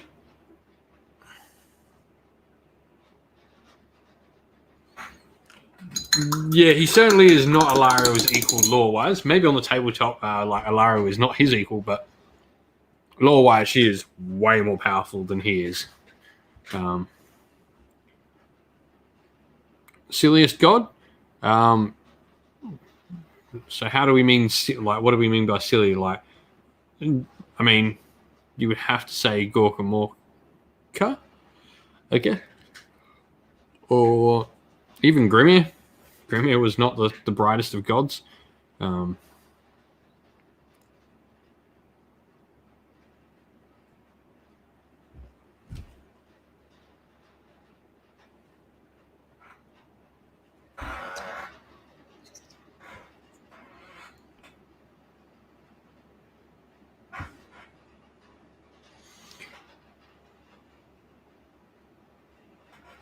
Yeah, it won't be Orion, it'll be Kurnoth, but I think we will trace that back. Kurnoth, pretty similar to Kuranos, which is who Orion was.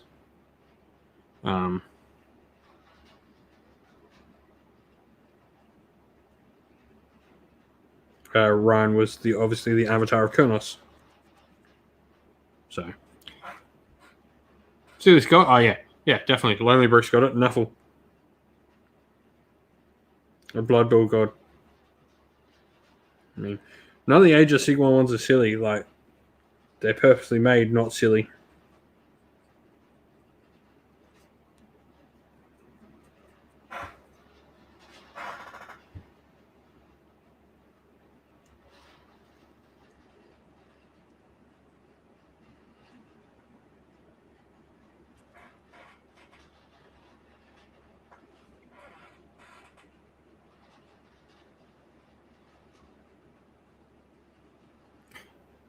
Nuffle is the Blood Bowl god, the god of luck.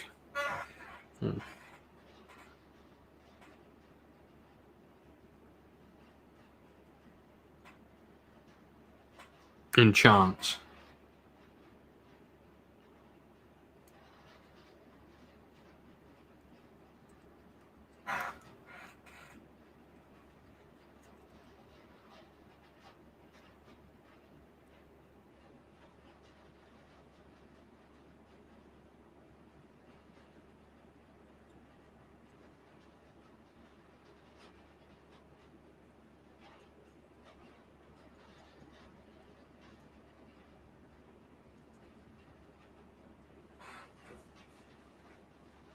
Yep.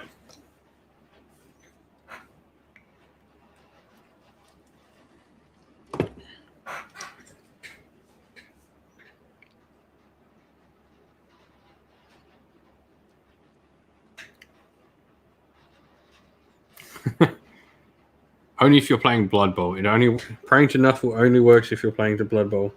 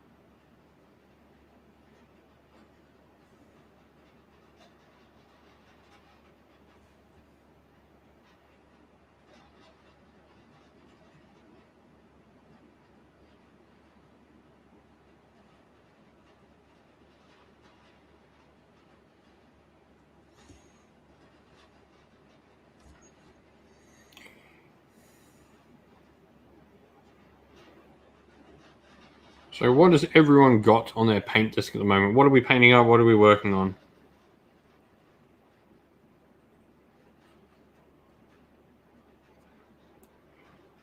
Slugging through some Free Guild Guard at the moment. 10 of them for my SAGT list.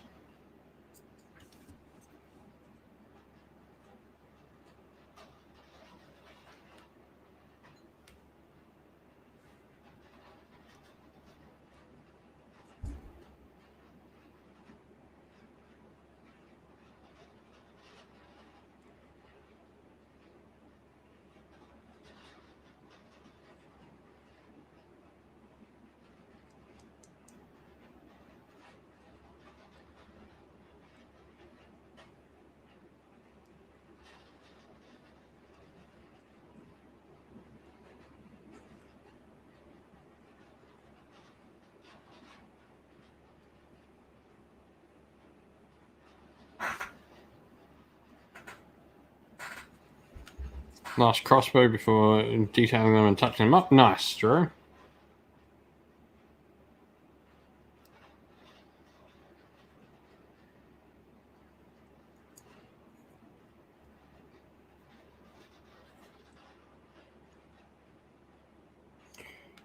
Chosen Axes pull.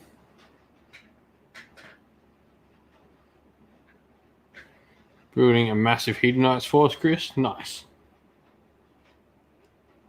Guessing you picked up a ton of models today. Oh, nice. Paul S. Some Hellboy models. Awesome.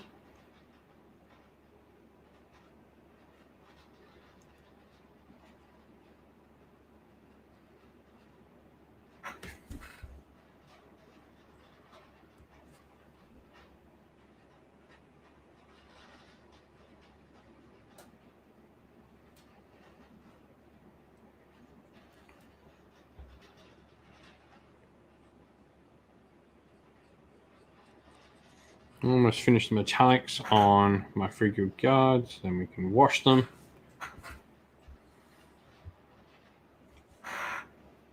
And then I'll go and do some work on the Griffhounds I got going. This is a great way to paint as well when you're painting, to have like two projects going at the same time, or two things. It allows you to not have wasted time, so you're not waiting for washes to dry and all that sort of stuff. While I wait for washes to dry on these Free Guild Guard, I can go over and do some work on my Griffhounds. And then vice versa, when the Griffhounds are waiting for washes to dry and stuff, I can go work on my Free Guild Guard. Hey, James, the board game buff. Nice to see you there, mate.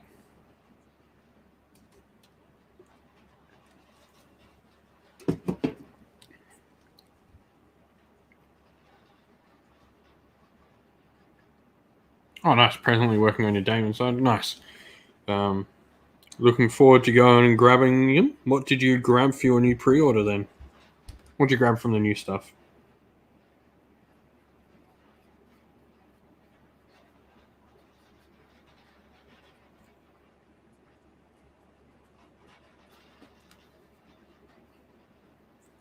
Sure did. GW made a lot of money during lockdown.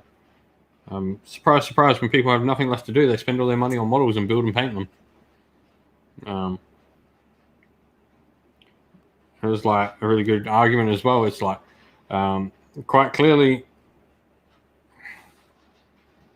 GW do not need tournaments ever to happen, because people were just buying models and painting them because they were cool. The whole rabbit hole to go down there, but anyway. Luminous Realms aren't getting a new book. They've confirmed all the new scrolls are in Broken Realms Techless, so it'll be more like a patch book from Techless that you'll take alongside your Luminous Realms Battle Tome, which will remain the same. Jerome?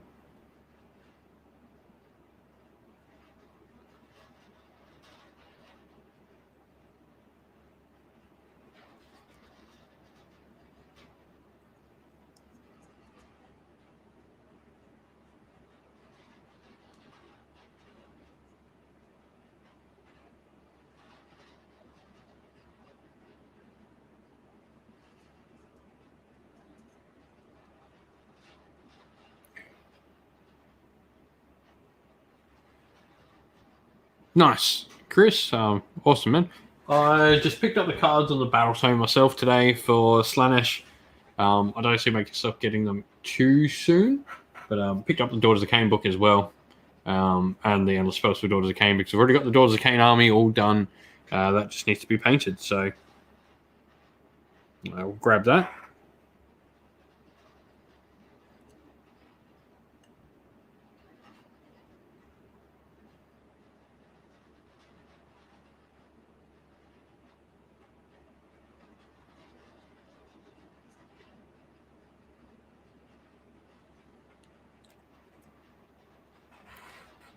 Luminesce are going to start collecting when they probably drop in sales. Like their Games Workshop work well. They generally don't do start collecting boxes for factions that just come out. It's really rare, unless they're really trying to push sales of said faction. I think the last, like say, Slaves to Darkness got one, but that was also pretty much the only new models that Slaves to Darkness faction got.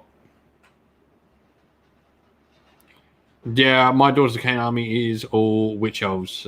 It's actually the wife's army, and she's all about naked elves.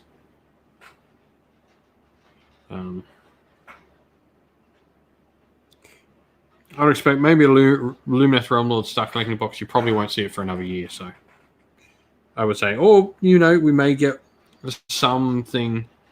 IDK got theirs about 2 years after their Battle Tome, I think, almost.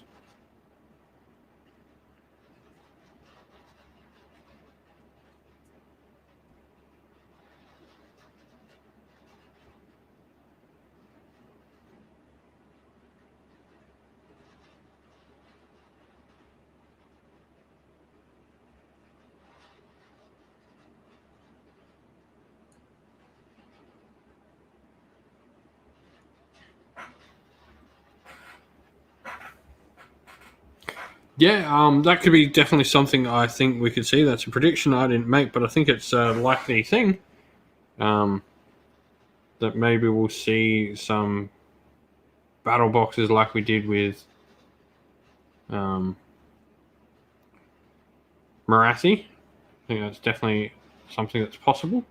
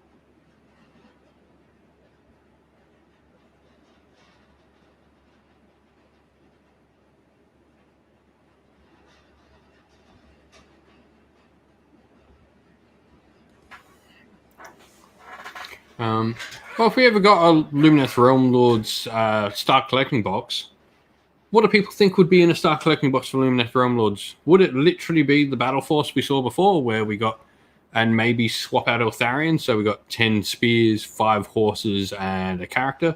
Maybe the Scenarii Cathalar, or the Stone Mage? What do we reckon?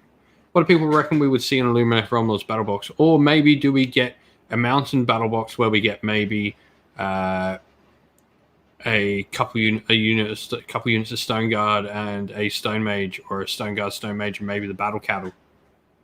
What do people think?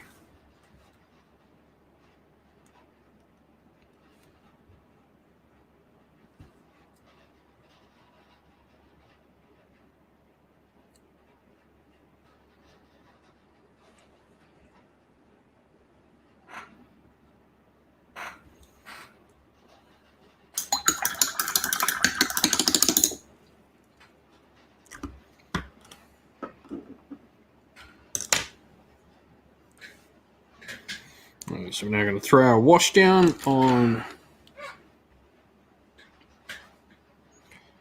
Yeah, I think that's probably the right one, Jess. There.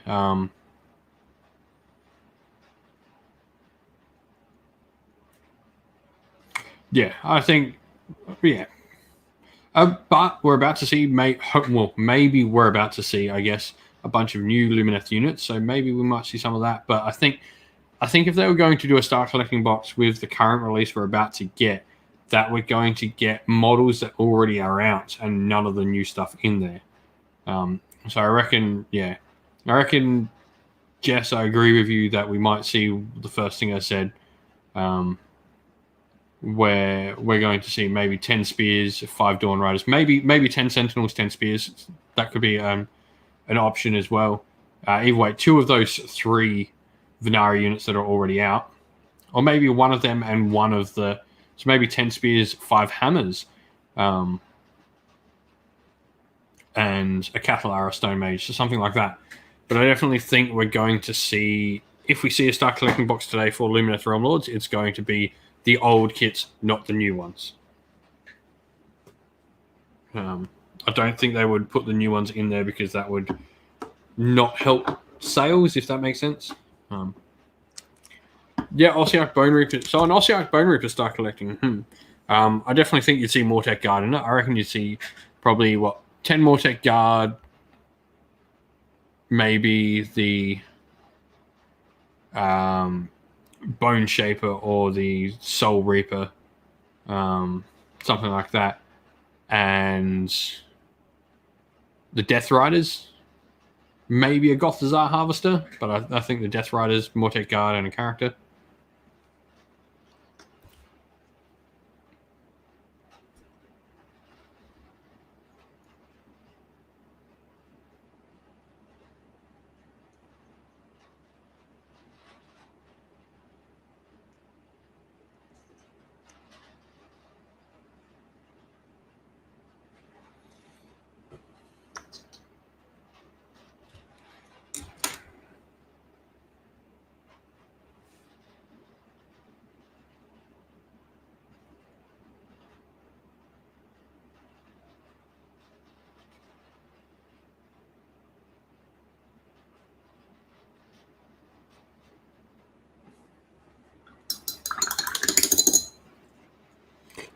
Yeah, we've got to think of cost here when we're thinking of these bongos. Like, for me, they're just way too expensive to get a Liege Cavalos in that box set.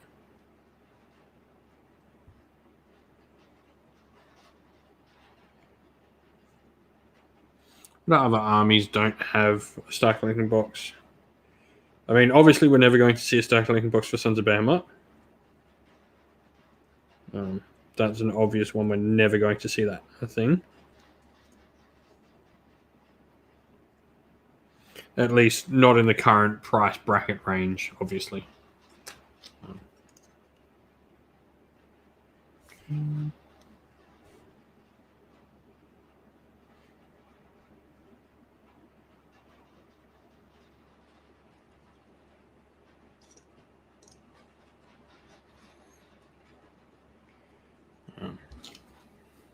And yeah, Chris, same as sort of like mirroring what they did with the Sylvaneth one. Obviously, when the Sylvaneth one came out, they gave you all the old kits and didn't give you any of the new stuff. The only new thing they gave you was the Branch Witch, because they didn't give you the Wraith because she was Finecast. They gave you a Tree Lord and Dryas. They didn't give you any. Yeah, there could definitely be a holiday box. Like, that's sort of why I said, like, not in the actual Star Collecting price bracket there, Jess.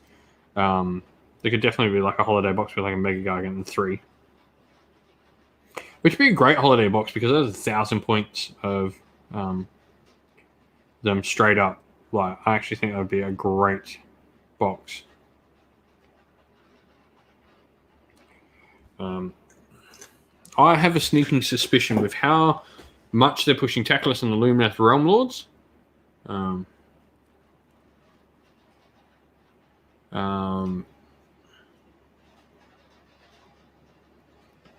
With how much they're pushing Lumineth Realm Lords, I think we may see the first starter set with no Stormcast in it coming Age of Sigmar 3. I reckon we're going to see a Lumineth Realm Lords army in the starter set. Because all I go back to is how well the starter box for Age of Sigmar 8th edition did because of the armies they put in it. 8th edition as itself didn't do fantastic as a game, but that starter box sold so well.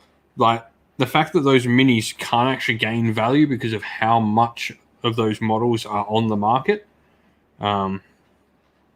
is testament to how much it sold.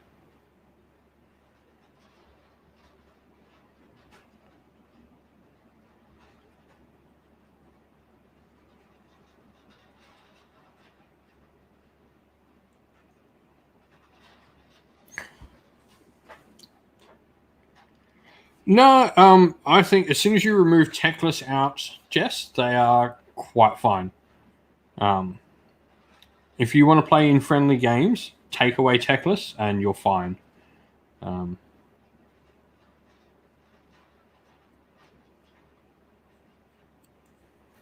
play against a couple of Lumineth Realm Lords players regularly, and yeah, as long as Techless isn't there, it's not that oppressive.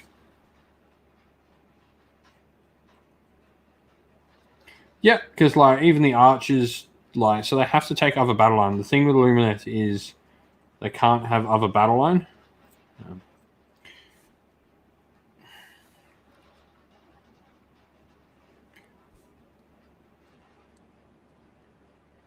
So if you want 2 units of archers, that means they've got 2 units of spears. They can't make up an army full of those archers. And just because of the cost of the units and stuff in the army, it does take up points a lot. If they spend all those points on archers, you literally get anything into those archers, they're dead. They are horrible in combat. -1 to hit will not save them in combat with how bad they are.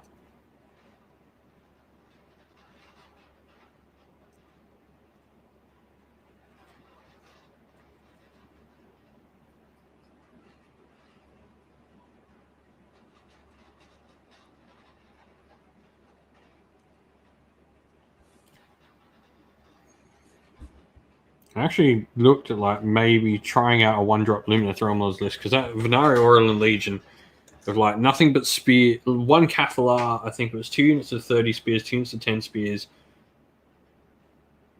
2 units of 10 archers, 2 units of 20 archers.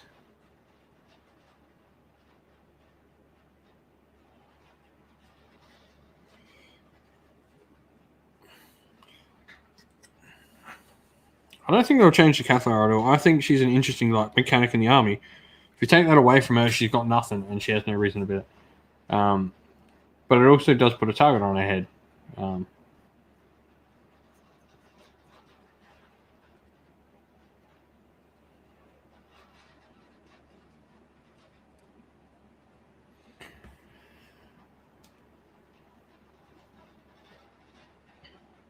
Nah, you definitely won't be that person, Jess. I can guarantee that. You'll be fine.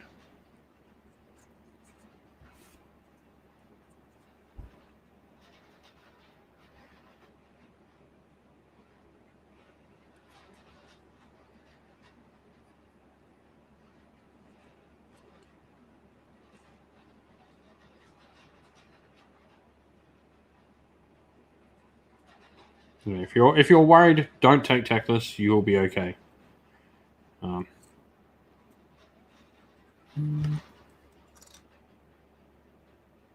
Well, apparently the preview has started, so I'm just gonna go over to my other page.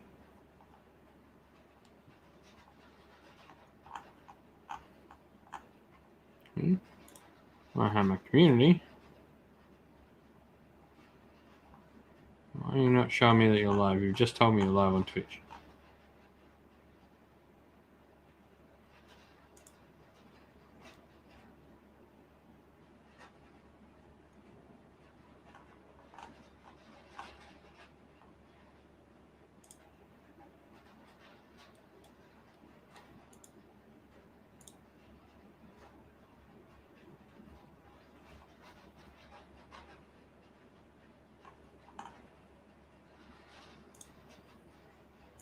Twitch. We'll go over to Twitch and watch it. Warhammer. Oh.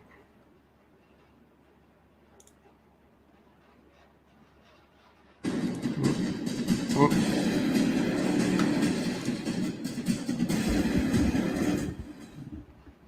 Sorry about that terrible sound there that everyone probably heard.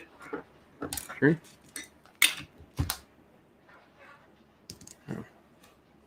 Don't know how that sound is going to come through, so I'm sorry if I just blew off everyone's ears.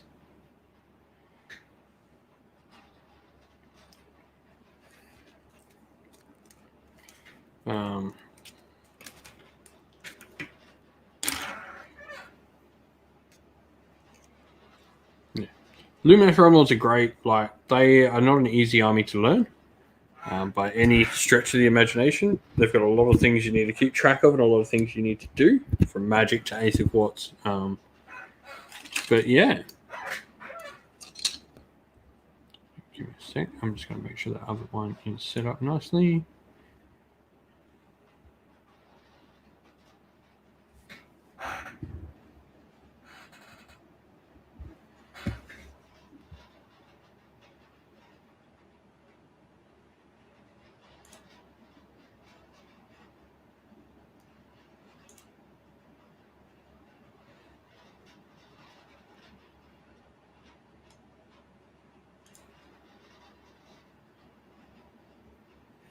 Awesome. So we got the cool little mechanic up here. Well,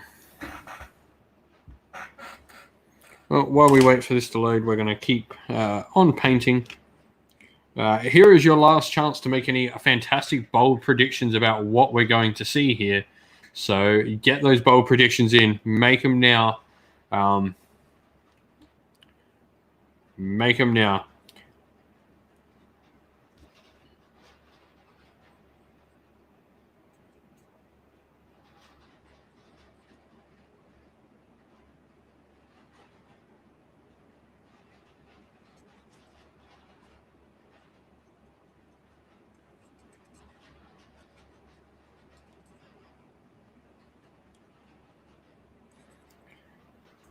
So, yeah, we got the preview up here for everyone to watch along with us. I can flick it over to larger screen on here so people can stay. Question, does my sound come through on here?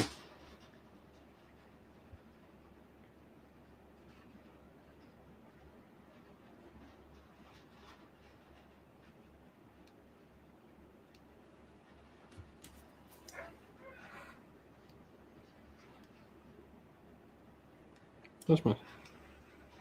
No. Okay, my sound doesn't come through on here.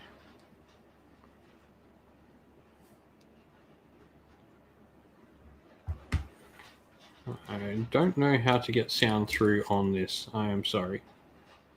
How do I do this?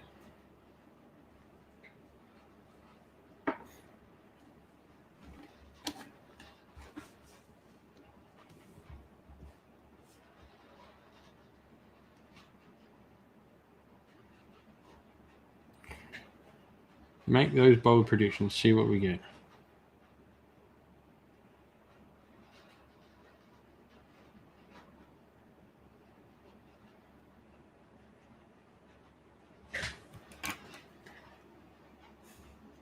Mattia Colombo, greetings from Kazakhstan.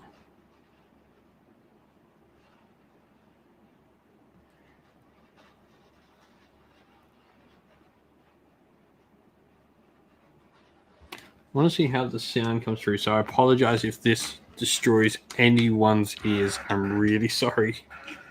Just want to see if I can get the sound playing through my stuff so you guys can hear the sound along with me.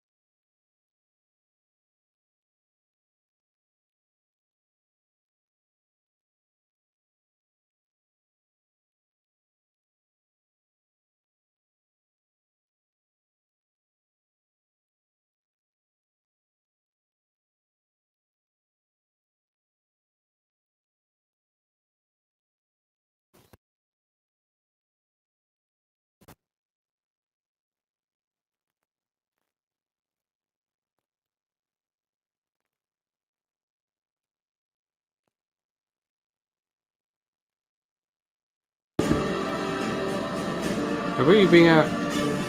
My microphone had been on mic.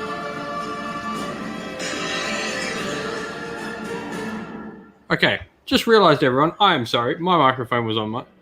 Can you hear, how is that sound coming from the monitor? Just checking some sound.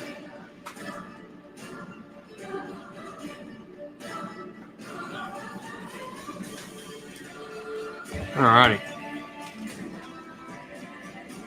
First time actually trying to get the sound to play while we're doing this, so we'll see how this all goes. Could go well, could go terrible.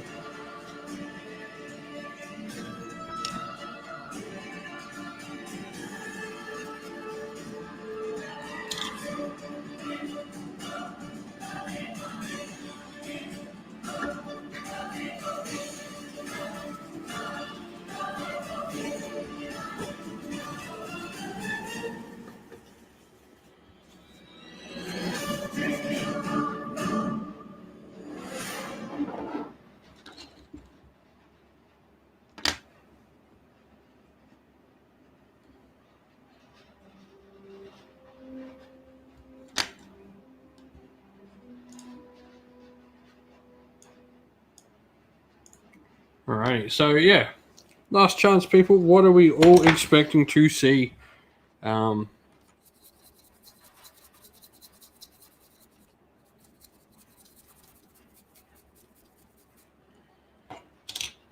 really want to see those Cloud Riders. 3, 2, 1.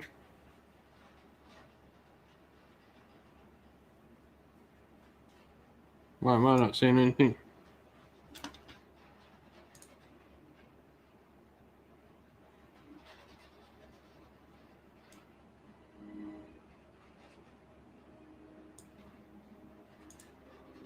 Luminous, new swordsman. Yeah, nice, Maria.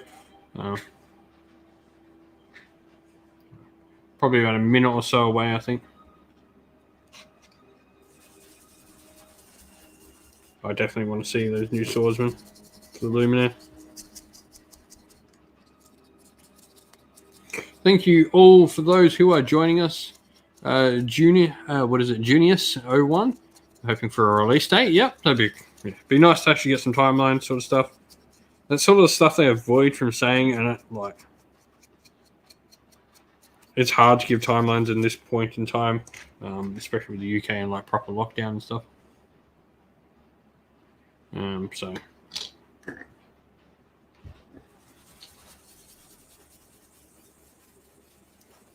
Oh, I guess what you were doing, Bongo.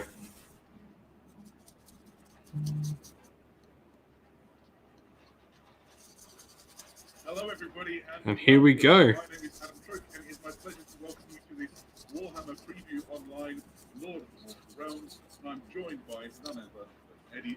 Awesome. So, it's an absolute pleasure to be here as always, Adam. Here we go. An awesome preview with loads of exciting things from the Lord of the Realms to share with everybody who's tuned in. And it looks like we already have several thousand people on the chat. Yeah, just before we went live, I was several thousand. Well, I'm glad I've got 25 of you here with me. Yeah. Greeted us from New Jersey, and I thought that was rad. So before we get too much further in, if you are joining us from somewhere in this beautiful world, please let us know where, because it's fun to see all the Warhammer hobbyists around the world who are getting in on the action. With that in mind, Eddie, how are you doing? I'm doing very well, Adam. I think we've got a weekend ahead. We've got a preview we're looking forward to. There's lots of cool things happening in the world of Warhammer. I'm not too bad. Yourself? Yeah, pretty solid. So. My new office. I'm no longer at the landing on my stairs.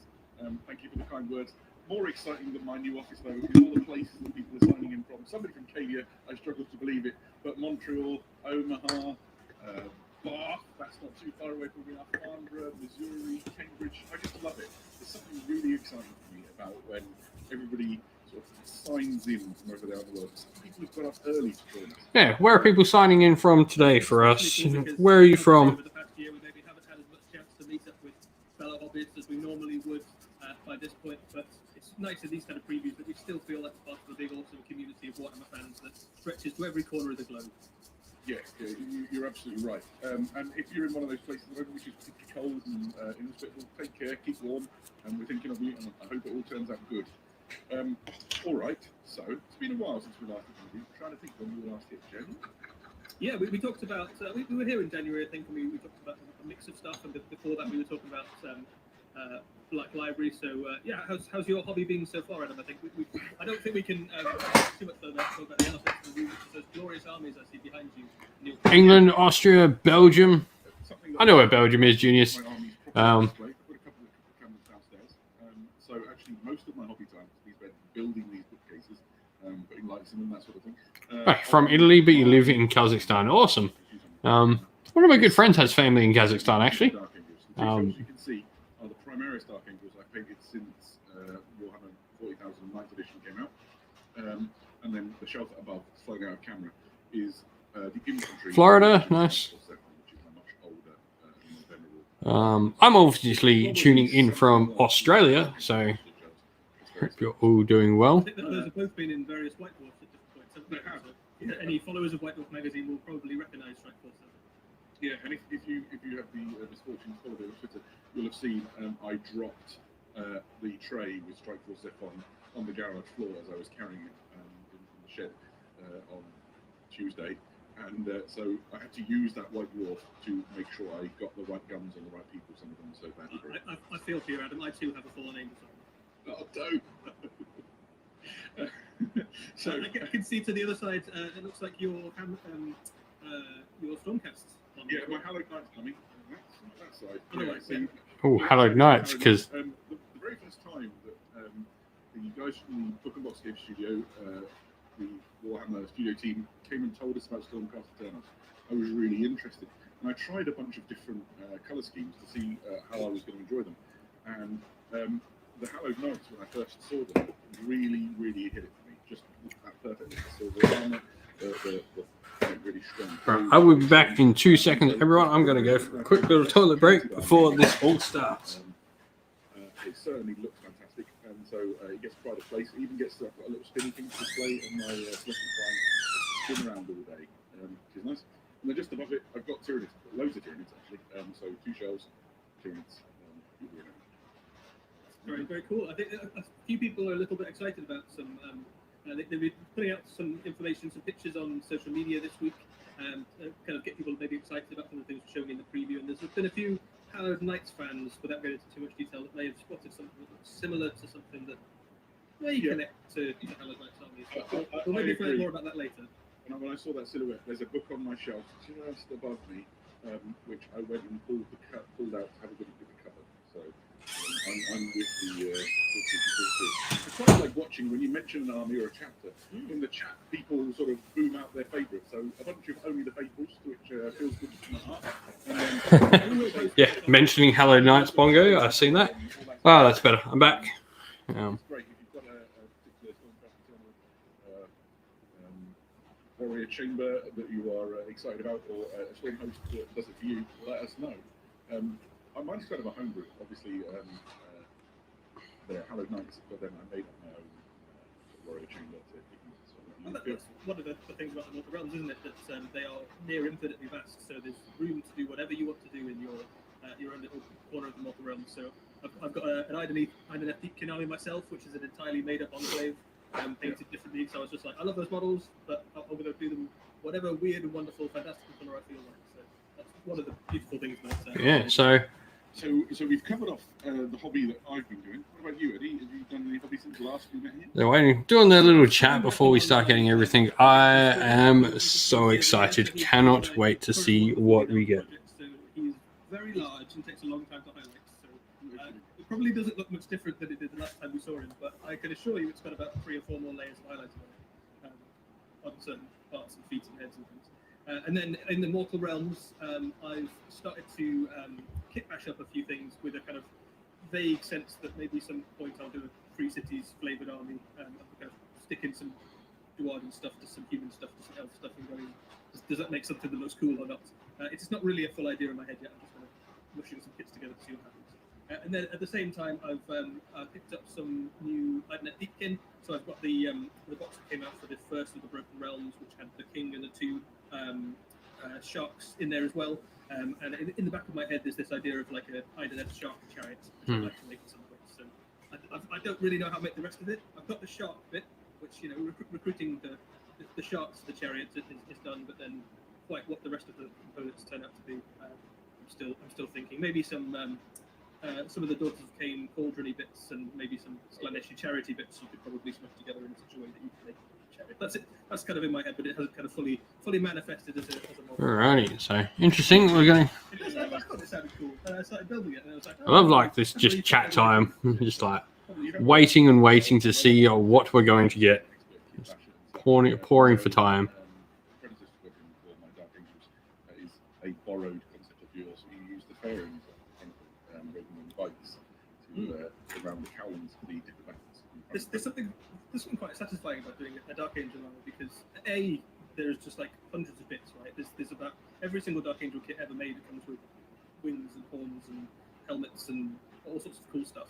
And then also because they're so gothic, you kind of could just keep the ornamentation on. Like there's no upper limit to how gothic you can make a Dark Angel vehicle. If you just put a church on top of it, that's fine. You can keep going after that. I like it. So the chat, when last I looked, there we go. Let's have a quick peek. It's terrifying. I think 11,500 people, according to my screen, who've joined us in the chat. Thank you so much, wherever you are, for taking some time out of your Saturday to come and join us. If you want to chat and comment throughout the show, I'll do my best to keep track of what's going on and answer some of the questions as we go along. Potentially, if you have questions about the things you see. If your question is, when does insert thing come out? I'm not going to cover that, so take yourself. But if you want to join in and make yourself known to this great community of people, all you need to do is subscribe. We've got to subscribe only, because otherwise 11,000 people don't know what's easily insane. And you can do that either using a Amazon Prime subscription. If you have an Amazon account, a lot of people do. Right, so or you can subscribe using they're talking about subscribing and all that sort of stuff, so we should be getting close to ready. Just want to sit and enjoy the show, spend some time with Annie and I, and watch the reveals that are coming. You are super welcome to do so. Also worth saying as well, after each of the reveals we'll show on this stream, we're also going to put all the glorious pictures up on the Warhammer community website, so don't feel you need to kind of, urgently screenshot anything to make sure you've got a record of it. All of the things we're showing today will be up on the community website very soon after they're shown, so you can peruse back through any of the things we show you today at your leisure, soak in the awesome mortal realmy ages Sigmariness of it at your own pace. Yep, that's a wise piece of advice, and actually it's a pretty solid article, so you want to have a watch of that as it builds. It'd be good fun. Alright. The other thing is that they'll probably get all the names right of the new things, because there's quite a lot of new things to show you today. So let's see what we get. This one's called this, right? This is the full name of it. How do you spell Alright, it? flip that up to a nice big large screen, because I think we're about to go in and see all the stuff. So last thing I say before maybe we look to jump into the thing properly is it's the Black Library celebration today. Have you treated yourself to anything? What's caught your eye? So I will absolutely be picking up the next in. So several things. I'm going to add my. Is that too loud from the screen for anyone? If it is, please let us know, and we can calm it down a bit if need be, or raise it if you can't hear what they're talking about on there. Everything that Dan Ablett writes is brilliant. I'm a particular fan, as I know you are, of the Eisenhorn series. Yeah, man, we can make this work for everyone. And then we've also got Euroventress, obviously, who's now in his Primaris form, the kind of, not exactly the poster boy, but one of the most renowned and famed of the Ultramarines captains, so that's kind of cool as well. And then the other one, actually, I just want to do a shout out for, is I've already read it, but if you haven't already, the Reader's Choice for Warhammer 40,000 and for the Old World, this celebration are both great. So you've got Dead Men Walking, which is a Death Corps of Krieg Warhammer 40,000 story, which is absolutely awesome. I really, really, really like that book. On the sly, one of the best Imperial Guard books going, I think. Really? Yeah, it's very good. It's really good. So, yeah. It totally surprised me. I think at one point I picked it up because I was like, oh, I like books about 40k. Why would I not read it? And then by the end of it, I was like, you know what? That was really cool. And then the other one is Knights of the White Wolf, which is also a Dan Ablett book set in the Old World about the Hammers of Ulrich knightly order of the White Wolf. So last chance. Any bold predictions? This is definitely your last chance now to make any bold predictions. Anyone? Sorry, I just really like Black Library books. They're really good. Speaking of Black Library, I've been reading the start of the Beastgrave novel. Picked it up on Audible to go give a listen to. one of the shelves behind me has my super luxury edition copy of Eisenhorn Trilogy. I actually bought every edition of the Eisenhorn Trilogy they've done. So that will be cool. And I feel no different about back when super excited to see where that story goes. There was a line that was delivered very near the end of the first one, and I need to know how that continues. You know the one. So I'm hyped for it. We won't be seeing any 40k today. This is all Warhammer Age of Sigmar related, Mr. Tactical Marine. We got a couple of minutes yet, I think. We're not quite there yet. Well, in that case, let me. The other thing I'm doing for the Black Library celebration is I'm going to pick up the really adventurous. Those of you who follow our Warhammer TV slot here on Twitch regularly will no doubt be familiar with Nick Baton. So all that's getting shown today is Warhammer Age of Sigmar, Warhammer Underworld, and Warhammer Quest. And I think I'm going to join him. I think I'm going to get Euro Ventris and paint Euro Ventris and a little commander. Yeah, Junius, that is definitely something I'd love to hear about, and hopefully they do definitely give that information to us. If you've got the book as well, I think it'd be foolish not to. Like the last Warhammer Quest that had singular models, yeah, they didn't really fit into any army, but they gave us rules at least for the Mistweaver Sire and the Tenorable Shard and the Excelsior War Priest, etc. So hopefully that is something we can see. Because I think some of the very, very first Take AOS Wood Elves, yep. So Kernothi, I think, would be awesome. I don't think it's going to happen, but never know. Maybe surprise. Broken Realms Alariel may give me some Kernothi. Please, please, please. I will drop everything I'm doing for them. Yeah, that would be good. Yeah, why not? I think we could arrange it. The chat's getting rowdy. People quite excited for different things that they can see. In answer to you, Fahrenheit 42, Fahrenheit 42, can I paint a dead Ultramarine on my Chaos Space Marine base? Of course you can. In fact, it's encouraged. Although good etiquette is to find an Ultramarine player and beat them first. That is the rule. You've earned it. Yeah, I've got no problem at all with that. I think it's fun. Build up a little rivalry with somebody and put their corpses on your model. There's something very satisfying about having the dead models on your base be at one of your friends' armies. But obviously, it goes both ways as well. So you know, a little bit of a few head swaps between the two players will add a little bit more flavour to your scenic bases. Yeah, the chants of Gardas have kicked off. I'm interested to see what. Who will be revealed? Right, what could it possibly be? What could it be? Oh wow, they're really hinting at that Gardas. Come on, Gardas. Can I paint a dead Dark Angel on my Magnus base? That one's. That hurts. Yeah, you absolutely can. There's historical precedent of the Thousand Suns and the Dark Angels going at each other's throats during the War of Fenris, so that would be entirely thematic and appropriate. I tell you what, if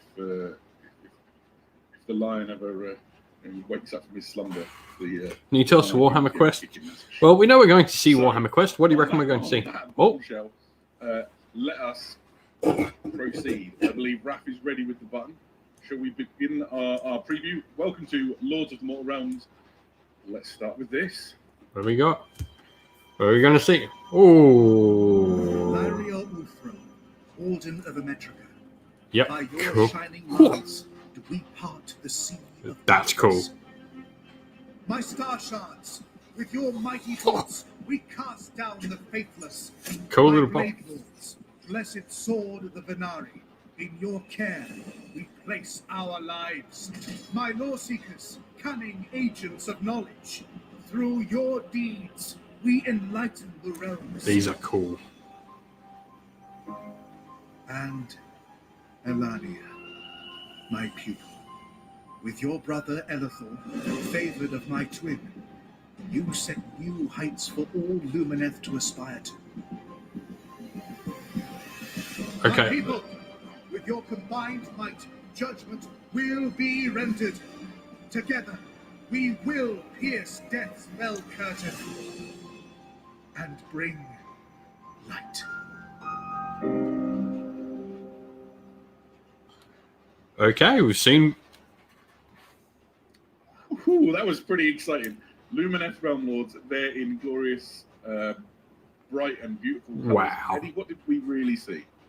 So, as you quite rightly alluded to, there are a whole host, a glittering new host of miniatures for the Lumineth Realm Lords. We saw, obviously, the first wave of Lumineth released last year. and the army is expanding hugely, almost I think doubles in size pretty much with this next drop of miniatures, and some absolutely glorious miniatures. Those sword masters a are beautiful mix of things that amazing. are kind of weird and wonderful and unique to the mortal realms, and a few kind of harks back to some of the elven archetypes maybe that we're familiar with from history. So the unit you're looking at right now are the Blade Lords, and fans of a certain vintage will be familiar with the idea of a highly Sword masters elven unit with double-handed greatswords, and these are very much the martial elite of the elven forces. So the equivalent, I suppose, of your yeah, we haven't seen that Cloud Mage yet, so wonder what that could be for. Honed, blades masters to perfection, the kind of slice arrows in half as they shoot towards them, decapitate enemy generals, all that sort of cool stuff.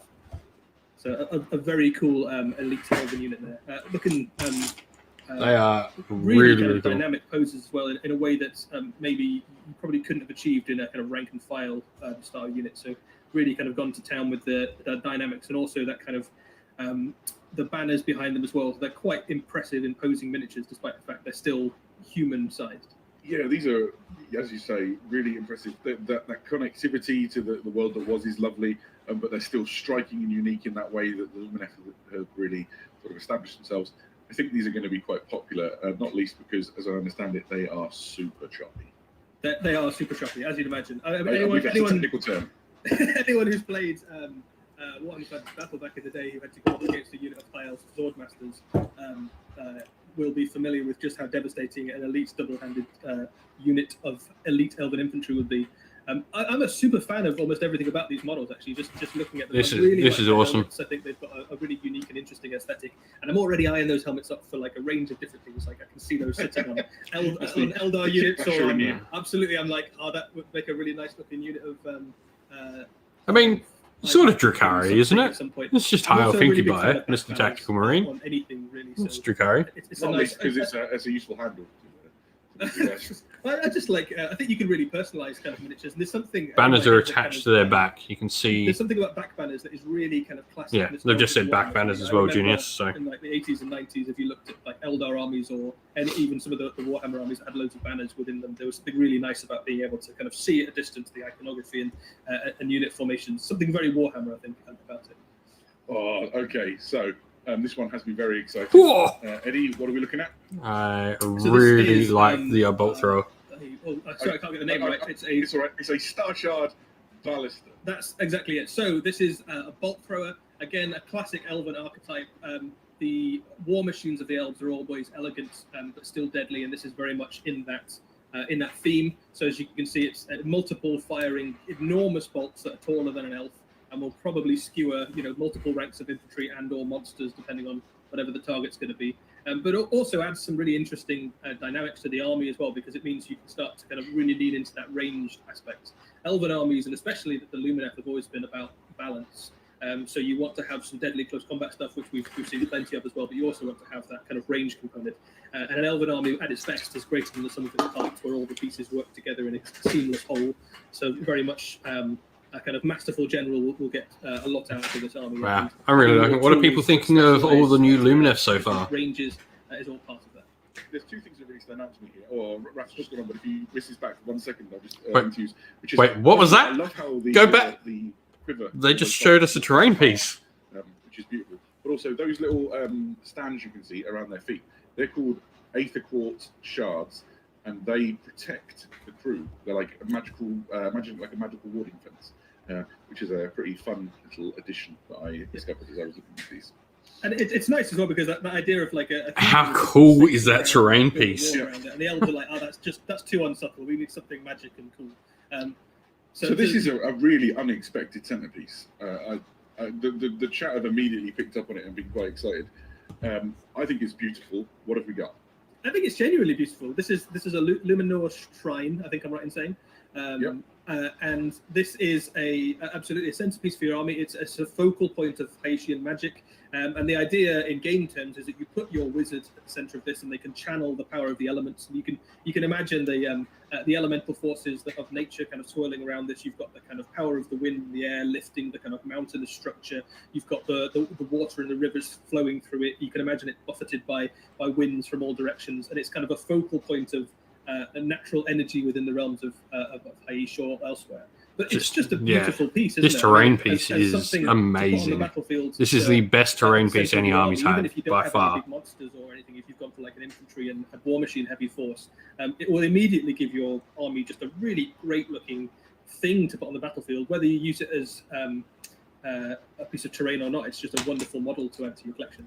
Yeah, the chat pretty much universally agrees that it is sensational, from the sculptures and the level of details that have been put into it by the miniature design team to the whichever heavy metal painter has brought it to life. Just the texture of the water as it flows down, the really rich blue, just looks fantastic.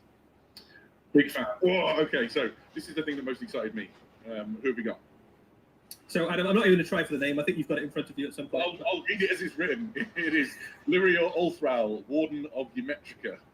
Yeah. So this is effectively Tyrion's right-hand man in the Mortal Realms. He is Cool. he's probably the most renowned of the generals of the Luminesce.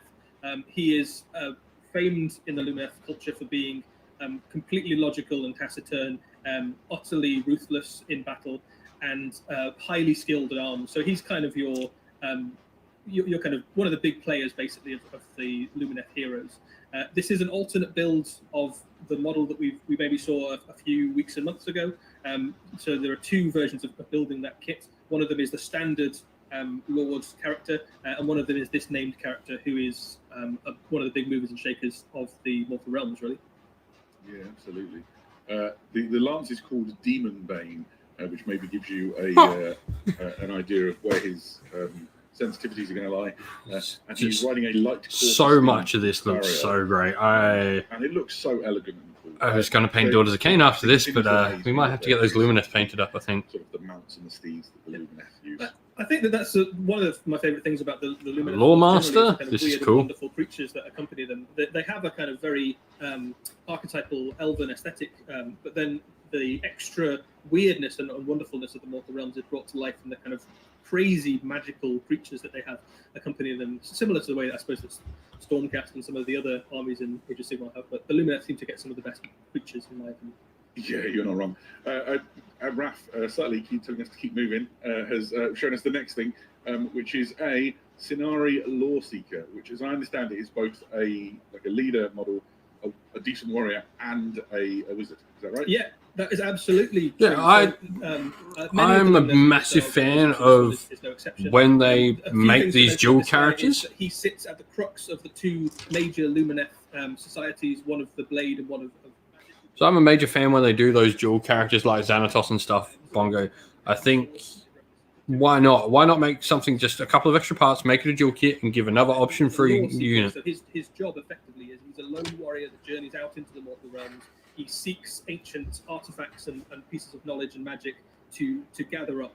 But he has a slightly sinister aspect to him as well, because one of the reasons he's doing that is so that he can learn more and expand Lumineth society. One of the other reasons he's doing that is because the Lumineth don't really trust the rest of the Mortal Realms, even the forces of order, to have access to some of the more powerful artifacts out there in the world. So he will find things that are very powerful, stop anyone else from getting them, including other forces of order, and get them safely back into Lumineth hands. There's more than an echo of the old Lore Masters of Hoeth. Somebody else in the chat has picked up on that as well. I think that, yes, absolutely. This is very much that same sort of character. What's cool is he was a Scenari as well, so he's the same as the Kepler. And then these. So, this is a masterpiece of balance. Put it carefully in your figure case as you go to your next battle. Eddie, who are these? Again, Adam, if you could say the names. I've got the info, so you've got them written in front of you. So I do. I've cheated, and I've got a sheet with some key notes. These are, forgive me, whoever wrote the names if I say them wrong, Eliana and Elithor, Eclipsian War Sages. And they are, as I understand it, a pair of twins. One of each has been sort of chosen by Tyrion and Teclis. That is absolutely true. So these are the rising stars of the Lumineth faction at the moment. So if you remember, Tyrion and Teclis, way back in the world that was, were very much this kind of young twins who kind of came to prominence and harnessed their various skills and were kind of the epitome of excellence within their particular expertise. This is exactly what's true of these people as well. So the mage there, the sister, has been chosen by Teclis and looks to be the most promising young mage in the Mortal Realms, really. And then the brother there with the sword, again, the masterful swordsman who's already defeated most great champions of the Luminesce in ritual duels of various sorts. And you can see it in the way that those models. Yeah, that is asking to be snapped. Kind of But iconography on them. I'm getting it. Battle mages. Oh, sages, damn. like I said. And the eclipse basically refers to the fact that one of them is the sun and one of them is the moon. So the moon is the aspect of Teclis, the sun is the aspect of Tyrion. And you can imagine them fighting as a kind of perfect union of the two. So they represent the kind of entirety of the Luminesce in microcosm, effectively. But the miniatures it's just beautiful, isn't it? So you've got two wonderful character models and an owl who looks super cool. But I think this is going to be, in all likelihood, I expect to see this at Golden Demons and things in futures. It's an absolutely beautiful kit. Yeah, and the owl, in answer to the question in chat, the owl does have a name. It is, I'm probably going to murder it, but it looks very much like Athene, which is, that's a nod to some real world history and obviously owls and their place in wisdom. So I like that very much. We're not done yet. What else is there, Raph? whoa, Of course, there's still more to go. Right. there's just so much coming for the Luminesce. This is amazing. This is a Scenari Calligrave. I'll let you do the explanation on who and what they do, but we have to start with his shoes, right? So absolutely. So the Vernary Calligrave, as the name might indicate, is to do with using the power of runes and calligraphy to create magics. And their particular specialism is that they can channel the elemental forces of the landscape through parchments and runes that they've stored, and unleashing those powers. This dude's cool. I like this model a lot. The parchment, which then translates that power into the landscape itself. And their specialism is effectively the corruption that chaos has seeped into the mortal realms. They seek to undo in the landscape itself, not just in the minds and hearts of mortals. Is that why he has stilt shoes? That's exactly why he's got stilt shoes. So if you imagine that the stilt shoes allow him to separate himself from the landscape around him in order to better control it. So that's so cool. I love the fact that the paper is or the parchment is sort of floating. So, paper following you around as you do your daubings. And it really does give rise to the pen in his might and the sword, sort of. This is such a cool model. The angle of this miniature here, but he's got a paintbrush there, and he's painting an elven rune onto the piece of paper. And the little thing in the lantern above him there is effectively purified ether quartz realm stone from the realm of Haish, and he's painting liquefied realm stone onto the magical parchment to enhance the power of the spells that he's casting. Yeah, and frankly, best hat ever. Right. He's a contender for best hat ever. Okay, here we go. We've got Cloud Mage for you. Hurricane Wind Mage. This is cool. Yeah, so we've seen already the elves that harness the power of the mountain. This guy very much harnessing the power of the wind, or the hurricane, as the Luminesce refer to it. And as you can see, it kind of does what it says on the tin, really. He flies around on a cloud, bashing people with a mace and casting spells. He has a lot of synergy with some of the other wind-based Luminesce units that we've seen already. And very fast. Very happy there, Wukong. Combat skill, magic hero on a very interesting and unusual miniature as well. So it's a lot of fun for a lot of reasons, both in game and miniature wise. Yeah, and in answer to Monty McMammoth's question, what on earth? The answer is not what on earth, it's what in heavens, because that thing's floating around like a cloud. Sorry, couldn't help it. It's exciting. Right. Let's not stop there though. We've also got a Vernary banner blade. Yeah, so I don't know how much stuff there was. There's loads of Luminesce. Much Luminesce. This is effectively your army standard bearer of the Luminesce, and this is Vernary, so he's one of the warrior cast of Luminesce, and that enormous banner that he's got there, from the lore perspective, is actually made primarily of light itself, which is why that great enormous thing that looked like it'd be really heavy is able to be wielded, because all he's really holding is the pole. The banner itself is composed of the light of space itself shining through, so you can imagine that the symbols on it probably are alive and writhing and change and illuminate and all that sort of stuff, which is quite fun. A beautiful model to add to your collection. Again, a really nice centerpiece, something to kind of really take your time over and make look beautiful, and would look really cool, I think, next to those big phalanxes of pikemen that we've already seen in the Luminesce Force. A really nice model. How cool is all this stuff? There is so much awesome stuff here. We'll be seeing plenty of it, both in armies and in painting of the positions. And if you thought we were done, we're not yet. There is still one more thing to show. This is a Hurricane Spirit of the Wind, which is the variant kit for something we looked at last time. Am I right? That's true. Yeah, I think we might have seen parts or bits of this model already. This is the non-special character version of the Spirit of the Wind, and effectively what happens in Haish is the Luminesce can harness the elemental forces, and the way they do this with the power of the wind is they forge the helmet bit, and then the power of the wind embodies forges into that sort of thing, and then the spirit kind of coalesces around it. So the helmet bit is Luminesce forged, and the rest of it is basically just. This is better than that. Those twins. Those twins are so fragile. It's not funny. And as you'd expect, it's super fast, it's super deadly, and it's super killy because it's basically like a super wind demon thing. So it's going to be good. Somebody asked in the chat, was the banner on the Vernary banner blade sculpted on or freehand? Okay. I believe there is a new battle tome. Detail, so it should make it easier for you to replicate if you are a bit like me. And yes, this rounds out the Luminous extravaganza. There's a new battle. Yeah, so all the stuff we've seen is going to be available in a new battle tome, which also includes all the stuff that is currently available. It's worth saying as well that if you already have the current Lumineth battle tome, there will be another way to get hold of the rules, and we'll go into that in a bit more detail in the future.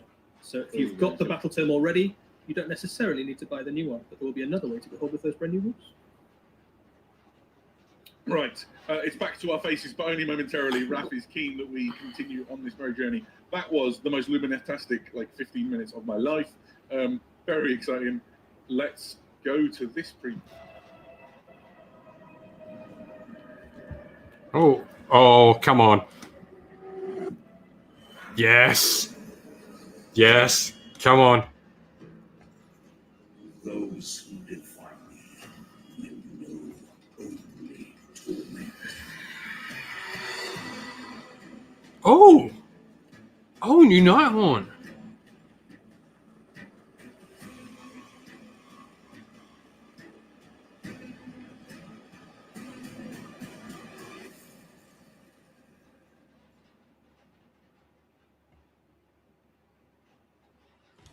Well, welcome back. That was pretty exciting. A preview of what is known as a Krollgast Cruciator for the Nighthorn's armies. Eddie, give us the lowdown. So this is, as you quite rightly say, Adam, a new Nighthawk hero. It's been a little while, actually, since we've seen some new Nighthawk. We obviously saw a lot of them at the start. Wow, I did not predict that coming. What do we think of the new Nighthorn, everyone? That is sweet. And this guy adds a very different angle to them. So you can see he looks like he means business. He looks like a pretty unpleasant fellow. And this is effectively a torturer in life whose tortures have kind of followed him into the afterlife, as Nagash obviously enjoys a little bit of irony in his punishments for his, let's call them followers, possibly / slaves. And his particular thing is to create torment and terror on the battlefield. And kind of, well, I got a whole Nighthorn army. So probably torture your soul. God damn, I got so much to paint. Unseemly ways. So a downright unpleasant character, but a very fun model and a very something a little bit different for Nighthorn armies. Yeah, I think it's quite exciting to see the Nighthorn getting a little more love. They're a very popular force, I think, not least because obviously they occupy the other half of the Soul Wars box. And so I imagine there's a lot of people who will be quite excited to add a new hero model. Oh, I can add this to my Broken Realms Nighthorn that I've been collecting. There will be, over the course of the next few months, quite a lot of interesting heroes joining the factions of the Mortal Realms. A couple of them we'll show you today, him being the first, and then I think we have another one to show you. Oh, okay. A bunch of characters joining a bunch of them. What have we got here? Come on, guard us. Come on, guard us, guard us, guard us, guard us, guard us.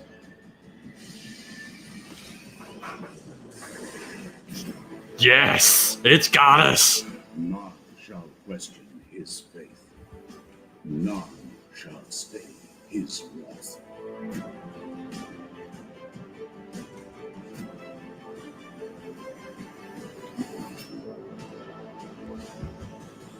Oh, that's such a good model. Yes. Well, Adam, I know you're particularly excited about this character, so do you want to tell everyone what we've just seen? I imagine he doesn't need much introduction to the faithful who follow the Black Library. Only the faithful. This Guard of Steel Soul. He's the lead character in a cracking novel by Josh Reynolds called The Black Pyramid. He's the leader of one of the Storm hosts, the Stormcast Eternals, and He's everything you'd want. That in a is hero. such a The cool pose is model. Fantastic. It's as the eagle-eyed on the internet spotted when they saw that silhouette go out that sort of teased him. It's faithful reproduction of the cover of that book, and it's just fantastic. I personally love my favourite character within the Stormcaster range is the Lord Celestin on foot with the big hammer cloak and the rune sword and the warhammer. And this just dials it up to 11. I think it's fantastic. I'm giddy with glee, and I imagine that a number of Stormcast Eternal collectors, whether they're Hallowed Knights faithful, as it were, or just doing other warrior chambers and other storm hosts. So I think I need to supplement my blue Stormcast with some silver because I need a Gardas. But I don't think you need to know. He has a Sigmar Warblade and a Warhammer. Sigmar Runeblade and a Warhammer, which is what he's always had. But he comes with that cool bear head for me, not like raw bear, as in not wearing something head. And then there's a helmet option as well. So if you don't want him to be Gardas, potentially you could hide his head. It's rad. Stormcast with bear heads look the best. I think the other thing that's worth saying about him is he was a major player in the events of the Realmgate Wars right at the start of Warhammer Age of Sigmar. So he's one of the heroes that basically went into the Realm of Life to fight the forces of Nurgle. He ended up being effectively a hero of the Ever Queen, kind of protecting the Realm of Life, going up against. So what do we think of Gardas? horrible, This is such a cool things model. that the Plague God sent forward. He went into the Plague Garden itself for a brief spell, kind of waded through that, squishing Nurglings, and came out like an absolute hero. So yeah. So he's very cool. Very cool. The lore around him is fantastic. It's really well conceived. I know Vandus was kind of the poster boy for the Stormcast Eternals, but sort of if you read past his sections in those original lore books, Gardas Steel Soul really rises up, and was much of the inspiration behind the warrior chamber that I cooked up for my own Hallowed Knights. There is no doubt that I will be adding him to my collection. Absolutely none at all. I'm super hyped. I think for me, it's. Go on. I'm sorry. I was just going to say, for me, it's a little bit like Space Marines in Warhammer 40,000, where a lot of the time we see the Ultramarines or the kind of the gold equivalent for Warhammer Age of Sigmar, but there's some very, very cool characters that live in the periphery of some of the other storm hosts, much as there are with the different chapters of Space Marines. So what do we all think? He's your equivalent to something like a so there's going to be a bunch more character models they're saying. So we've seen this Nighthaunt, we've seen the Stormcast. What else do we reckon we're going to see with these cool little character models? Right. Let's hit it, Raph. Go to the next thing. Next thing, let's see. What do we got? Come on, Gravelords. Gravelords, please.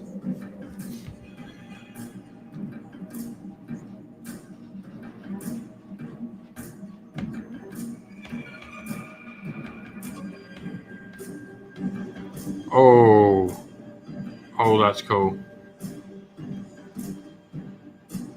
It's a new White King. Back from the...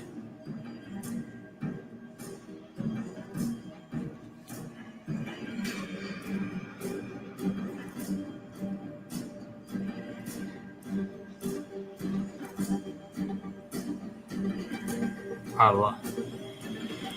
Fleeing terror from the White King. Cool. New White King model? Nice. JJ Talamantes in the chat. Holy wow! A White King, Eddie. What's the deal? So this is a White King. So we are familiar with this character already because we have seen a version of him on foot, who's been available as a plastic miniature for quite some time now. But this is a brand new incarnation of a character that stretches way back into the annals of Warhammer history, and an incredible rendition of the character. This is a very impressive looking undead skeletal hero mounted on a skeletal steed. Very, very baroque armor. That's cool. So we're seeing a ton of character models from what they're saying. This is cool. I like that we're getting updated character models. Take those old Finecast ones, they can and metal ones, and update them with new nice plastic sculpts. Great. I think for me, there's a lot of nostalgia going on for this. A lot of harks back to some of the very old Warhammer artwork from even things like Warhammer Armies Undead, and some of the artwork in that's finally the miniatures technology has kind of caught up with and delivered an absolutely stunning centerpiece hero kit. Yeah, no doubt. So who's this for? What's the?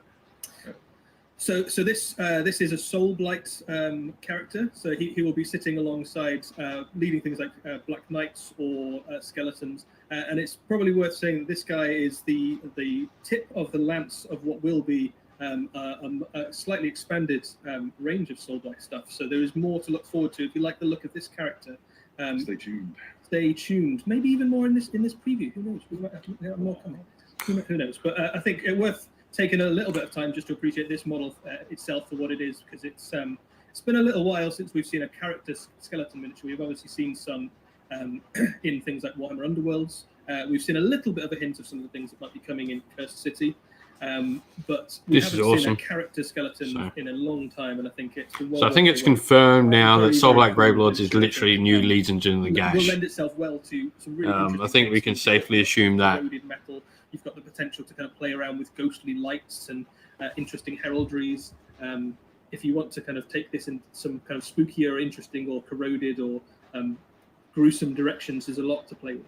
Yeah, somebody in the chat has hit on the exact thing that I was thinking about before we went live today. 2 Minute Metal Men said the White King of Foot is a really great model as well. This is a great upgrade. It looks like some classic art. And I totally agree with that sentiment. This really reminds me of some proper old school Warhammer art. And the credit is split between the miniatures designer, which has created all these wonderful areas of mixed texture and stuff, and then the very painterly way in which the FML team have tackled it. He's a centerpiece for your skeletal hordes, isn't he, really? Yeah, and he's going to look wonderful at the head of like a Black Knight charge, isn't he? So you've got the White King on foot already, who is also an absolutely wonderful model. Actually, it's aged very, very well. But this is obviously much more dynamic now. It's quite a big miniature by the time you put it on the tabletop. So I think that's a 60 mil base, isn't it? Yeah, it's a big old guy. So if you remember the old, I've got a couple of actually the old White Kings on metal skeletal horses, which had to kind of fit within that kind of rectangle that Warhammer cavalry used to fit on. They were kind of restrained by the size that cavalry could be, but this guy definitely isn't. He's a big guy. He's going to kind of stand next to things like Dracoths and Chaos Knights and stuff like that. So he's a very impressive miniature on the tabletop. And I think, again, I just can't wait to see what people do when they paint him, because it's just so much fun textures to play with. Yeah. There are some miniatures you look at, this is going to appear in Golden Demons and stuff in the future. And he's such a cool mini. The textures and areas are just going to be fantastic.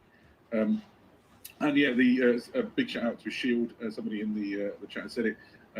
That Shield is straight out of old school Warhammer in all of the best ways, and I love it. Yeah. I mean, this is such a nice model. Oh, it's just so great. There's no subtlety in that model. It's like bat wings and skeletons and all the gothic all the time.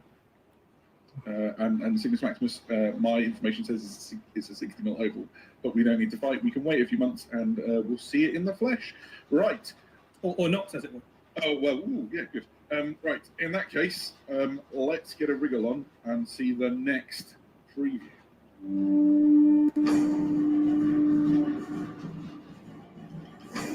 All right, Dire Chasm. Cool, we're going to see the Savage Orcs in full. Oh, nice new Wergo Prophet. Archer, that's cool.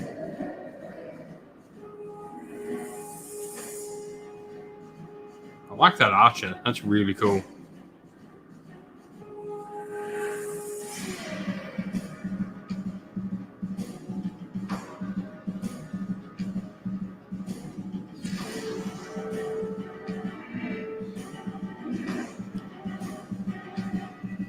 Savage Orcs are cool. Headrax Mad Mob, cool. It's a nice looking set of models. Headcrackers Mad Mob is my understanding of what we just saw. That is absolutely true, Adam. And as I think the chat has quite rightly noted, this is a Bone Splitters warband for Warhammer Underworlds. Some Savage Orcs and a very, very impressive looking warband. I think we were saying as we watched it, I don't think we've seen a bad set of miniatures for Warhammer. Not even close. They all seem to be absolute perfect. Underworlds is just fantastic. The miniatures in it are amazing. And it's no exception. Every time, they're always spot on. Every miniature in this particular warband is a joy. One of the things that I really like about the snake. I didn't notice that before. Greenskins is they just seem to be having like an absolute ball. they're just so joyous. There's not Like a sad guy among them, is there? Who's about to like you brain someone with what appears to be a dinosaur's jawbone is just having the best time. I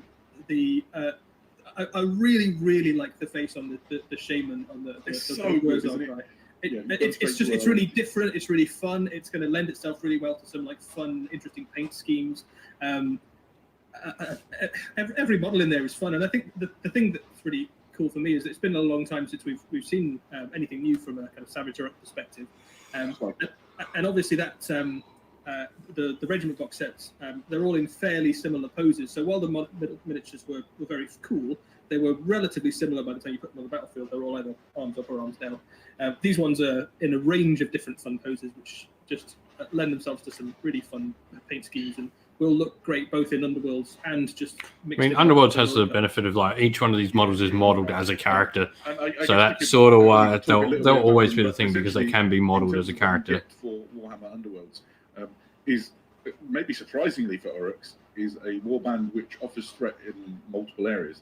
You've got some really heavy hitting close combat, you've got decent ranged firepower, and you've got magic. So they're sort of a multi-threat element, which is going to be great for embracing the meta of Warhammer Underworlds. As well as with those different textures, all that great skin area and everything, fantastic painting opportunities. I think whatever your proclivity is, if you're just playing Age of Sigmar, if you're sort of into the sort of gaming meta of Underworlds, or you just want a really sweet painting projects, you win with a triple threat here.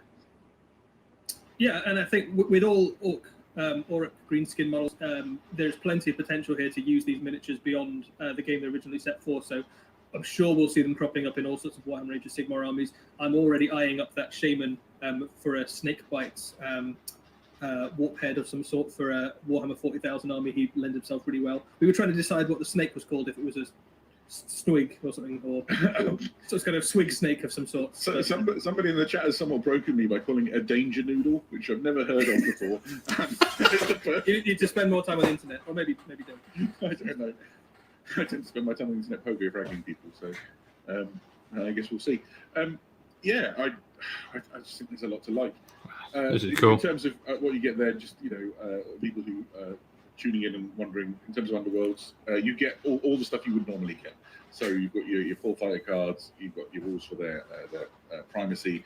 I really like that shaman with the snake. I think the mask can be done a little bit cooler. I'm not sold on their paint job on the mask, but snake is on the shaman on the left. He's holding it quite nicely. The lore the red these thing guys is quite good fun.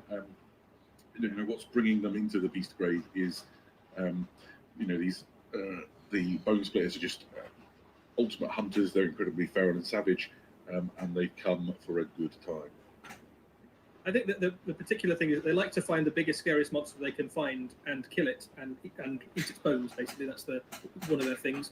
And they've identified that the mountain might count as a monster. So they're like, maybe the mountain counts as a monster. Can we kill the mountain? I mean, I'm not sure I fancy the chances, but I admire their enthusiasm. Yeah, and I guess in terms of names, you've got the big boss who's called Tooth Dagger, and you've got his boys Sharp Sticker and Wallop the Skull. Wallop, that's a great name. So, and then Headcracker, who is your woodly shaman with the crazy hat. I think the archer might be my favourite. Just because I don't think we've seen ever seen a savage or an archer, certainly not in plastic, actually firing his bow. All the ones we've got currently are kind of waving their bows and arrows around, enthusiastically looking like they're about to use them as clubs. But I really like him. I like his little kind of bird totem that he's got. He's got a kind of wild native sort of look to him that kind of fits really nicely. Sorry about that. It's getting a bit late here. It is 1:05 a.m. Yeah, but yeah, this is looking like a good preview. There's been some fantastic minis. So much shown off so far. There's a question in the chat that I am going to address. I just thought I'd put my eyes. Is there any lore behind why there is no bowstring? Bowstrings on models are a subject of hot debate. I remember, back in you are going back to the 80s, the debate over whether models should be based on plastic was a debate. Bowstrings has never gone away. Some people like them, some people don't. If you really want one, you can put it on yourself. I found it very difficult in my past. Raph, where are we at? Of course, there is more Underworld's goodness. How could I forget? You explained this one to me really well before we began, Eddie, but what we're looking at here is a Warhammer Underworld's starter set, right? That is exactly right. So this is Warhammer Underworlds has been out for quite a long time now, and there's loads of different warbands and cards and things that you can choose to get if you want. And if you've been with us since the start of Warhammer Underworlds, it's been a great journey, and you've had loads of fun with it, and loads of ways to play, and you've now got loads of cards and things to choose from.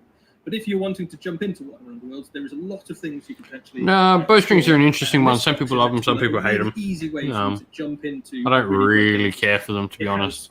Two complete decks of cards. And two warbands that are ready to go. So there's no deck building necessarily in this box. This is you get a deck for the Stormcast and a deck for the Nighthaunt, and you can play immediately. You can use those cards if you want to kind of expand outwards and use these in wider Underworlds games. But if you want a self-contained game in a box, this absolutely does that for you.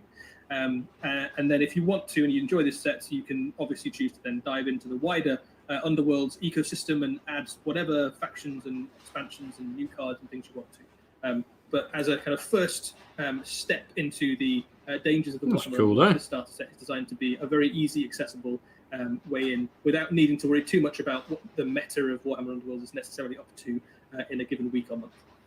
Yeah, absolutely. And it's a solid way if you've maybe you sat through these previews or all the Underworld sets work together. And just in competitive play, they sort of turn around the generic cards. Storm Celestis fighters, and you've got Dreppers, Race Peepers, which is a Glaive Race Stalker warband. So it's everything you need to get off the ground and start exploring the ultimate competitive miniatures game.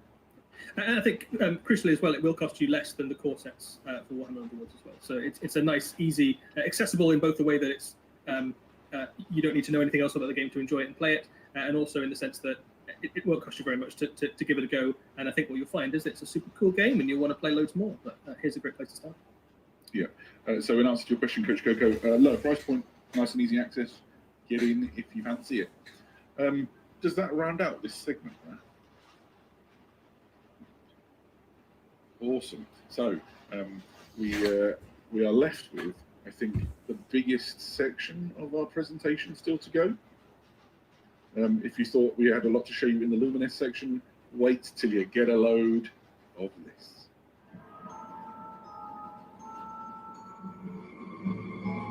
We're seeing.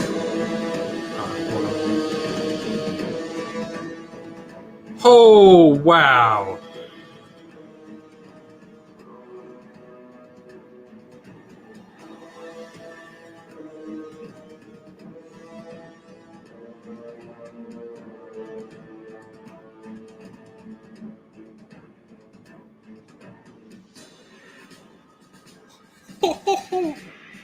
Wow, this is amazing.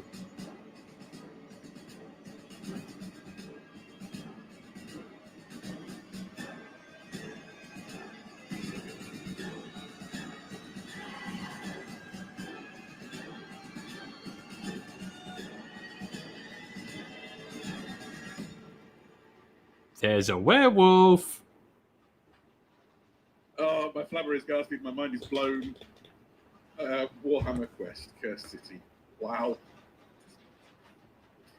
So this is Warhammer Quest Cursed City, the brand new installment in the Warhammer Quest box game series. This is set in the Cursed City of Ulthunkhan, which we know already, and we see a band of heroes, 8 heroes. I think we have. How cool is that? Against the forces of a cursed city led by a family of vampires, with all the kind of accompanying undead, shambling, bone-based or rotting minions you would normally expect. Absolutely loads of stuff in this box. There's all the stuff you'd expect from a Warhammer Quest. We've seen things with this like Blackstone Fortress before, comparable amount of things, but I think when we were looking at this box, Adam, we were both kind of thinking this might be the best game in the box that we've ever made. Yeah, I've said it before. This is amazing. I feel like I utterly amazing. It's one of your catchphrases. But just blows my mind. This we'll cover this all in more detail, right, guys? So don't panic. We'll spend plenty of time on this set. But everything there is in the set, and everything you see in the set is just awesome. It's hundreds of hours worth of building. This is freaking sweet. Just waiting to be unpackaged and enjoyed with your friends. And it's built on a modified version of, but the really solid foundation of the Warhammer Quest game that you'll know from things like Blackstone Fortress. I had a lot of fun playing Blackstone Fortress over the last few years, and I think I'm very much looking forward to jumping into a brand new setting. So I think we can probably start to have a look at some of the Raph, if you want to take us on a tour. So, as Eddie alluded to, there are in fact 8 hero models contained within the set. Each of them has their own identity and their own character, and they're all awesome and give you just a little bit more of an insight into the mortal realms. I've got the names in front of me. Do you know who these ones all are? You can take the names, Adam. So my problem is sometimes matching the name to the person. I definitely know, for example, Jason Darroch first on our left. So he's, well, you can introduce who he is. So we know a little bit about him already. He was the first model we saw for this box set. This is just wicked. He is a witch hunter / demon hunter / vampire hunter, and as you can see, he is kitted out for the job. He has a whole bunch of stakes, including a stake rifle, a rifle that also fires silver bullets at things. He's got a hammer because you can't have enough hammers, and he is. If you imagine that the witch hunters of the mortal realms are some of the most unpleasant and ruthless individuals, and this guy was kicked out of the order for being too extreme. You get a sense of the kind of guy that this guy might be. So he literally takes no prisoners. So he's a mean piece of work. And I think he's for many people the favourite of the set. My favourite is Captain Imelda Braskov, who is the model in the centre. She is a Knight of Azir, and I love everything about what this could potentially imply. Awesome mortal warrior, a great big broadsword. It's like a glimpse into some of the maybe martial structures that could exist in some of the sort of the cities of Sigmar and the mortal realms. I absolutely, for me, she totally does it. Fantastic model. I think my favourite might be the next guy. Flawless segue. I believe this is Dagnai Holdenstock. That is true. No, so I think... No, wait. That's the... Right, in that case, how about... is this Glario Van Alten III? That is him, yeah. So this guy is effectively a noble for the city of Ulfenkarn. And the lore, which we'll obviously dive into in much more detail of Ulfenkarn, is that there were several kind of noble bloodlines which ruled the city. One of them was the vampire bloodline, which effectively overtook the city in a night of bloodshed and murder that kind of killed the other noble houses and ascended to... there was a coup, basically, a vampire-based coup. This guy was one of the sons of one of the other noble houses and is the last surviving member of his bloodline. So he does not like the vampires who are in charge of the city one bit right now. The chat has gone wild with how much swag he's got, which I think is he's got a lot of swagger. So he has heirloom weapons basically of his ancestral house, which kind of trace their way back to the age of myth. So he's got kind of his grandfather's sword and pistol that's been handed down through generations. This is freaking sweet. How cool are all these models? What do we think of the Warhammer Quest models? Sorry, I'm not talking much. I'm just blown away by all these models. This is awesome. The air of kind of aristocracy that he's got, but at the same time looking like he would probably... What do we all think of the models? Which one's your favourite out of these three? It has to be said, and somebody in the chat has picked up on it as well, there's a little bit of a shade of Janos Drake in here as well. And that sits really nicely for me. It's like his sort of his cousin from across the the cosmos or whatever. I love it. There's a the thing for me that I really... Oh, we've gone further. I'm going to say one more thing there before we jump back. So the thing that I really like about him is he reminds me of the Imperial Noble from the very first Warhammer Quest ever. Yes, who was in that kind of super fancy, pompous outfit. But Warhammer Age of Sigmar up, so looks like he much more kind of serious. This is cool. Has the kind of air Ogre, ability of that. Carnarthi, and a Caradron. So first up, starting at the left, we have Kulthis the Exile. Yeah, so this is a Carnarthi hunter. We've seen a little bit of the Carnarthi already. We saw them in Beastgrave. We know they have connections to the realm of beasts and the realm of life. Kurnoth is the elven god of the hunt, who may or may not still be around in the mortal realms, but has that kind of aspect of antlers and hunting and kind of wild places, basically. And all of those things are captured in this model. Just a really beautiful model. We've seen a bit of it already, but I kind of just love everything about it. We know that from a lore perspective, her arrows are made of the branches of the oak of ages past, which is heavily hinted to be the Oak of Ages from yonder times. But basically, the cool thing about them is that if you shoot them at someone who is impure or the undead, they burst into flames, which is pretty special. So. The chat has gone wild for the ogre. I think it's only worth us giving him his due. This is Brutog Corpse Eater. He's an ogre of the Gnawing Fist clan. And yes. he's a slab of meaty death, isn't he? Let's be honest. Yeah, and I think his official name is Corpse Eater, which might imply why he's turned up at the cursed city, which is full of undead. Ogre is obviously famous for just being super hungry all the time, and this particular guy has a particular taste for the This undead. is freaking So cool.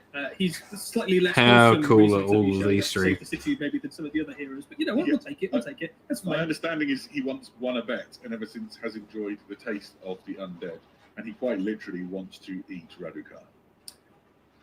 Yeah. So we need to just quickly give poor old Dagnar Holdenstock, the trade commodore, his due. And as somebody in the chat pointed out, yes, he has a bare head, which is unusual for a Caradron, but he's still got a melt beard. Yeah, he's also got like a harpoon gun and an axe, which is just super cool.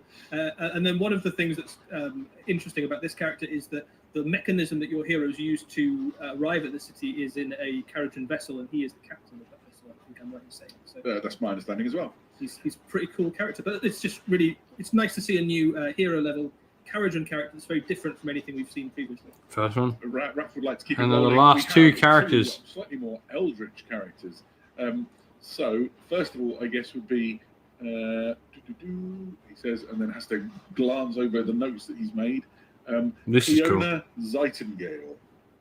So this is effectively a mage of Sigmar who specializes in purifying, and obviously there's a lot of things to be purified in the city of Ulfenkarn, and you can see there that she has silver blades there that you imagine she's going to put to good use slaying enemies of the undead, but she's also an expert healer. So if you're looking for a kind of a band to journey into the cursed city and you want someone to kind of keep your heroes alive at the same time as being able to dish out a little bit of pain to the bad guys too, she's a fine one to have in your band if you decide to go in that way.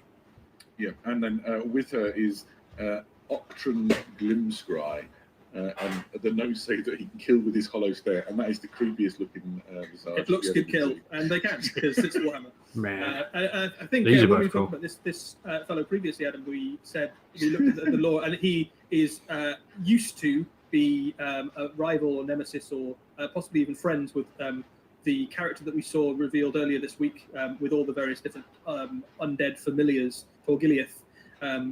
So he has a bone to pick, literally, with some of the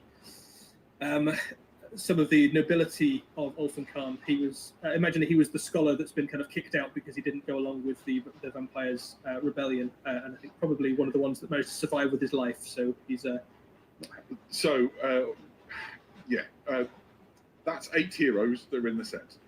You will find them all within Warhammer Quest. Wow.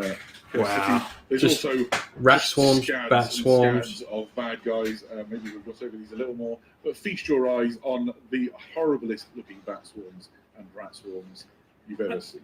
So the thing I super love about these is, again, they link back to my memories of the very original Warhammer Quest, where you started out on your very first level, the first baddie that would show up would be like a mix of bats and rats, and you'd be like, this is fine. And then eventually there'd be like 50 of them. You're like, this is a bit less fine. So they're I really like the kind of the hark back to some of the very. This is so cool. Like, I cannot wait for this fitting box in set. perfectly with that kind of gritty and horrible, decaying soul blight sort of aesthetic that we've started to see elsewhere. They're of course not alone. Here you have the Deadwalker zombies. Yeah, so this is the zombies effectively, and as you can see that they are previously buried, but that didn't stop them. They've risen up, and they still have their tombstones on their back. So if you imagine the undead powers of Ulfenkarn, when they find out that there's a bunch of heroes just descending on them to try and slay the noble family, have gone to the graveyards of the city and raised up the populace to fight for them once more. Tombstones and all. And as you would imagine, for zombies, they are probably not the best fighters, but numerous and probably annoying to kill. So this is going to be your bread and butter of the foes that you face as you wade your way through the. Somebody in chat has asked, these are great. Why do they balance the tombstones on the back? If you look closely, it's worse than that. They're actually like impaled through the tombstone and through their bodies. These are like peak grimdarkness. I like to imagine that when the people were burying them, knowing they lived in the realm of death, they were like, "Oh, we'll put a stake through the heart of the person, and that will keep them down." And it just didn't work. Like they're still going. It's just terrible. Surely that's the peak of the bad guys, right? No. New skeleton. Wow. So here new we skeletons. have the Watch, which are undead skeletal militia raised by Gorslav the Greykeeper. Yeah, so this is the previous the city watch basically of Ulfenkhan, and as you can see, they've seen better days. They are all skeletons, completely in the thrall to the noble house of the city. And just a really cool band of minions. So these will be kind of one-up enemies from the zombies. They're obviously better armored. They're probably more martial. They'll remember a little bit of their kind of warrior skill from the days of being alive, but probably not much beyond that. And they spend their days walking around the city, keeping guard on watch posts, basically generally keeping the population of Ulfenkhan, which is still alive and breathing, but probably not having a great time of it, very much under the iron thumb of the ruling vampire household. And the sassiest pose on a banner bearer ever did see, as somebody in chat pointed out. Now we've peaked, right? No, Raph, take us on to the next thing. There are more. So you gave me the lowdown on these just before we came on, Eddie. So the lead enemy in the city of Ulfenkhan, which we will come to later, is a character called Radikar the Wolf, and he initially was the savior of Ulfenkhan when he showed up to protect the city from a rampaging horde of chaos monsters, but eventually obviously corrupted the city entirety and made it his own personal feeding ground. These are some of the ogres that he brought with him when he saved that city the first time. These are effectively massive undead ogres, which is a thing I don't think we've ever seen before. Maybe they hinted and it's horrible. They're called the Kosagi Night Guard, and yeah, I think these are sort of next level. If you imagine, we've sort of just gone through the sliding scale of villainous. These are going to be hard work. These are freaking cool. Yeah, what I really like just about like them everything is here is quite awesome. Clearly, one there has got the keys. So I imagine there's like a door at some point you probably have to break down to get to the next level, and this guy is the kind of the gatekeeper, which you have to take down. So once we finish the Silver Tower playthrough, and also that rat's got a key. So maybe we're going to have to get a playthrough of this going, aren't we, on the channel? Just keeps going. Just keeps going. So people have been screaming for vampires. Vampires you want, vampires you get. So these are the vampiric offspring of the vampiric bloodline. They are more feral, perhaps, than we'd be familiar with, and certainly more feral than the warriors that we've seen. So the other soul blights recently for Warhammer Underworlds. But these are kind of half bestial, quick-moving feeders that will kind of run around the city, prowling on the citizens and giving your heroes a hard time. They will be deadly as anyone with the soul blight curse will be, and will hunt as a kind of bestial pack. And if you think about them as like a wolf pack of vampires, you probably won't go too far wrong. Yeah, so they're called the Bloodborne, and as you say, these are feral and nasty. They're essentially they haven't learned to exist in a sort of, I don't know, a less monstrous state yet, and so maybe they never will. Yeah. They raven around. Right, who else have we got, Raph? So this is the penultimate of our evil hero section for the Cursed City. We have three very distinct heroes here. I'm going to take the guy in the middle first, perhaps against the trend, who is Watch Captain Halgrim. How? Yeah, so we've is that we've a seen this character Vargas already. This or is Vargulf? basically one of your end-of-level bosses for Cursed City, and he is the leader of the Ulfen Watch, which we've seen previously.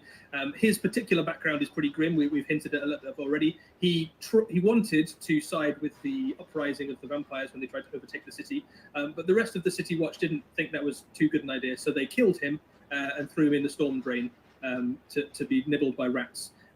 That didn't keep him down, though, so the vampires raised him up again to be the undead warden of the city and keep an eye on their skeletal minions. So he has a tragic but entirely deserved backstory, as he is both a traitor and also a skeleton. And we've also met previously Gorslav, the Gravekeeper, who is on the right-hand side of the screen. Yeah, and he makes a whole bunch of sense now that we've seen those other zombies. So if you imagine that he's the guy who goes through the graveyard on a recruitment drive. Fancy coming for a walk. Yeah, fancy coming for a walk. You guys with me? Let's go. Wow. So he will Just be the leader of so that much gang awesome. of unpleasant rotting. Tell me what that other thing is. Face at some point. So a very, very creepy model, probably the creepiest model in the set.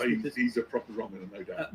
I do super love that spade though. Somewhere in the world, a Death Corps of Krieg guardsman is looking at that spade enviously. Yes, and then the model which has certainly garnered most attention here in the chat today is, and I want to get it right, it is the Vargskir. Vargskir. Yeah, I think that's how you say it.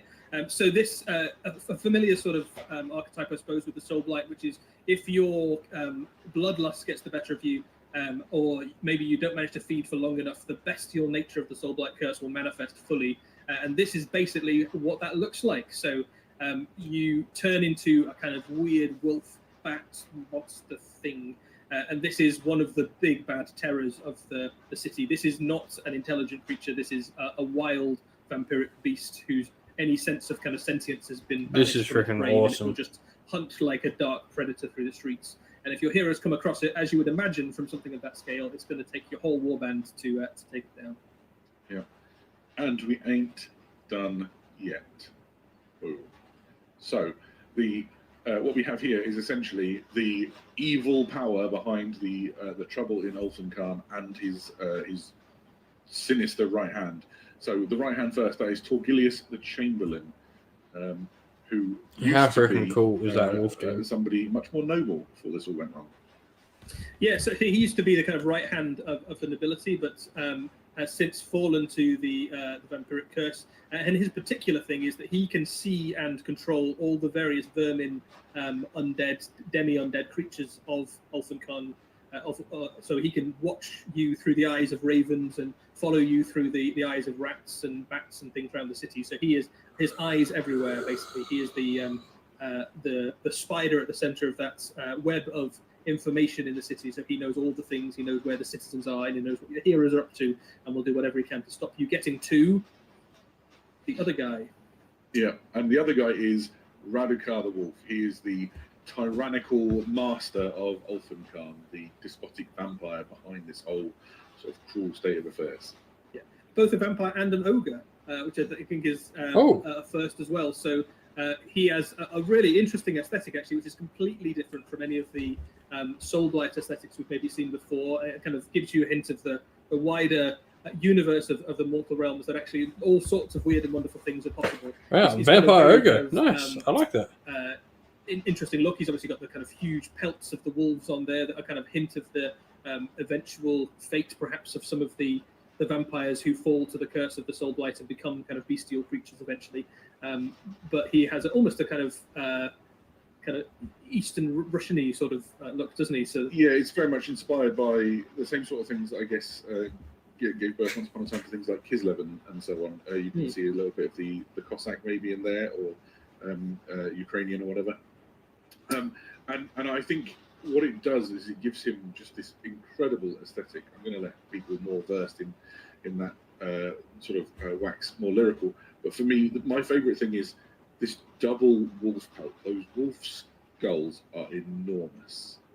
There's a real sort of sense of the kind of the monstrousness that the mortal realms has in store, all sort of tied up in this model. Yeah, and this is going to be your final challenge, basically. If you make it through the Cursed City all the way to the throne room of the beast itself, this is he. So he will be your final challenge to take down. But first of all, you have to get through everything else that's in the box, which is all of this stuff. So as we said, 8 heroes. You've got 42 hostiles. One of the things we haven't even started to look at in any detail yet is the objective markers, which give you things like a crow with a key or kind of hanging skeleton pointing in directions, all sort of macabre indicators that you have to kind of collect as you go through the city. All sorts of things that will help you with your games. You've got rule books, quest books, dice, all the templates you'd expect. Also, crucially as well, you've got war scroll cards for Warhammer Age of Sigmar for every single one of the characters in this box. So if you're like, you know what, those vampires look incredible, that hero looks amazing, I want to make sure I use those skeletons in my games. You absolutely can. And you've got all the rules in there, and you've probably got a pretty sizable death army just out of the box in some ways. If you wanted to port those over. Yeah. Now, don't worry. We'll cover like everything that we've talked about here. In first of all, you'll be able to see it on the article on Warhammer Community, but also we'll cover these things in more detail. Oh, okay. Seal Werner's written this book. This is going to be good. This new set.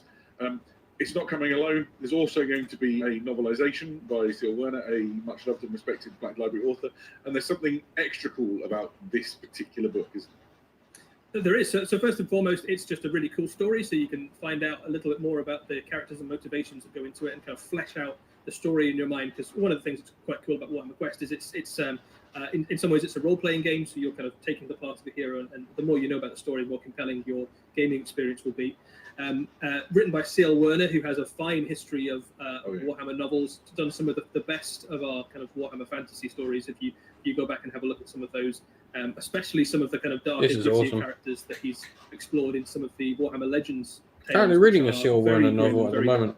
But one of the cool things about that book specifically is that it also comes with some extra rules, which will allow you to use a Warhammer Age of Sigmar hero, a specific one. We'll not talk about it too much yet. But you can add another hero to your warband, so you'll have 9 heroes if you pick up that book as well, which is pretty cool.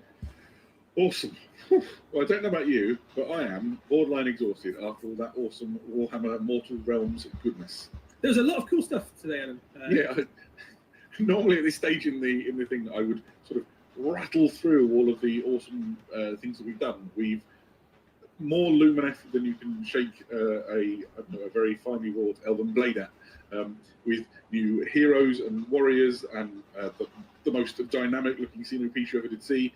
Got a new hero for the Ninth Warden, the Cruciator, Guard of Steel Soul, literally dropping in out of the sky and landing in the most dynamic hero pose going. The White King, channeling all that sort of awesome old school Warhammerness.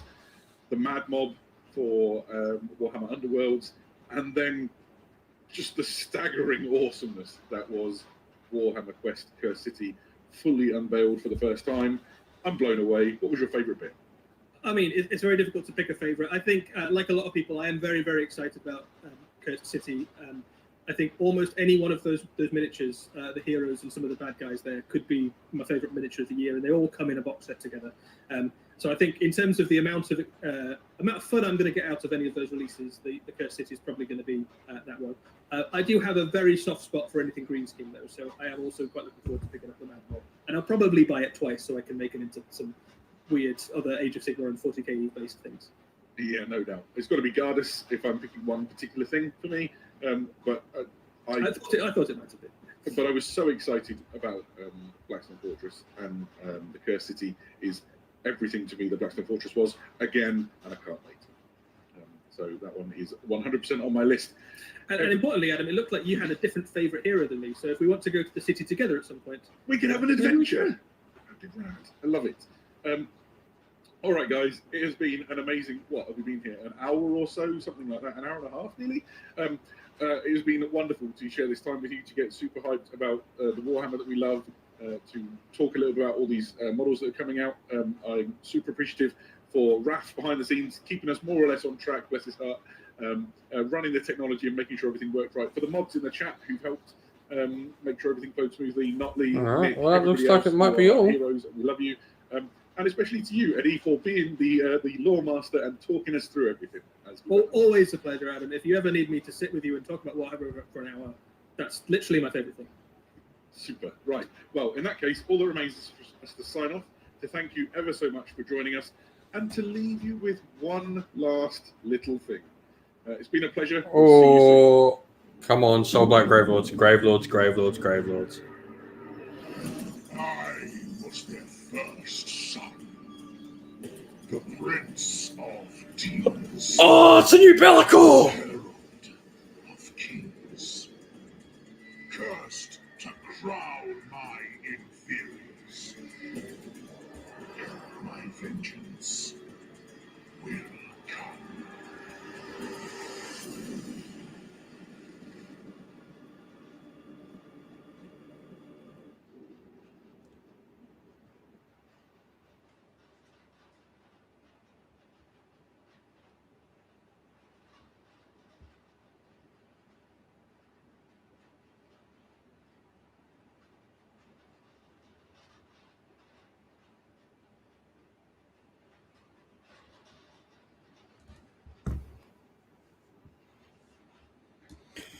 All right, well, that's the reveal show. Flip back to my normal screen. Well, that's that, everyone. Yeah, what did we all think? I have to head to bed. I've got work in about 7 hours, so I got to go get some sleep. Thank you all for watching, coming, hobbying, hanging out. It's been great. And I will catch you all tomorrow night again as we do Sunday night hobby hangouts. So see you all then. Stay safe, everyone. Stay well. And most of all, keep fighting that war against the grey. Thank you all for being with us.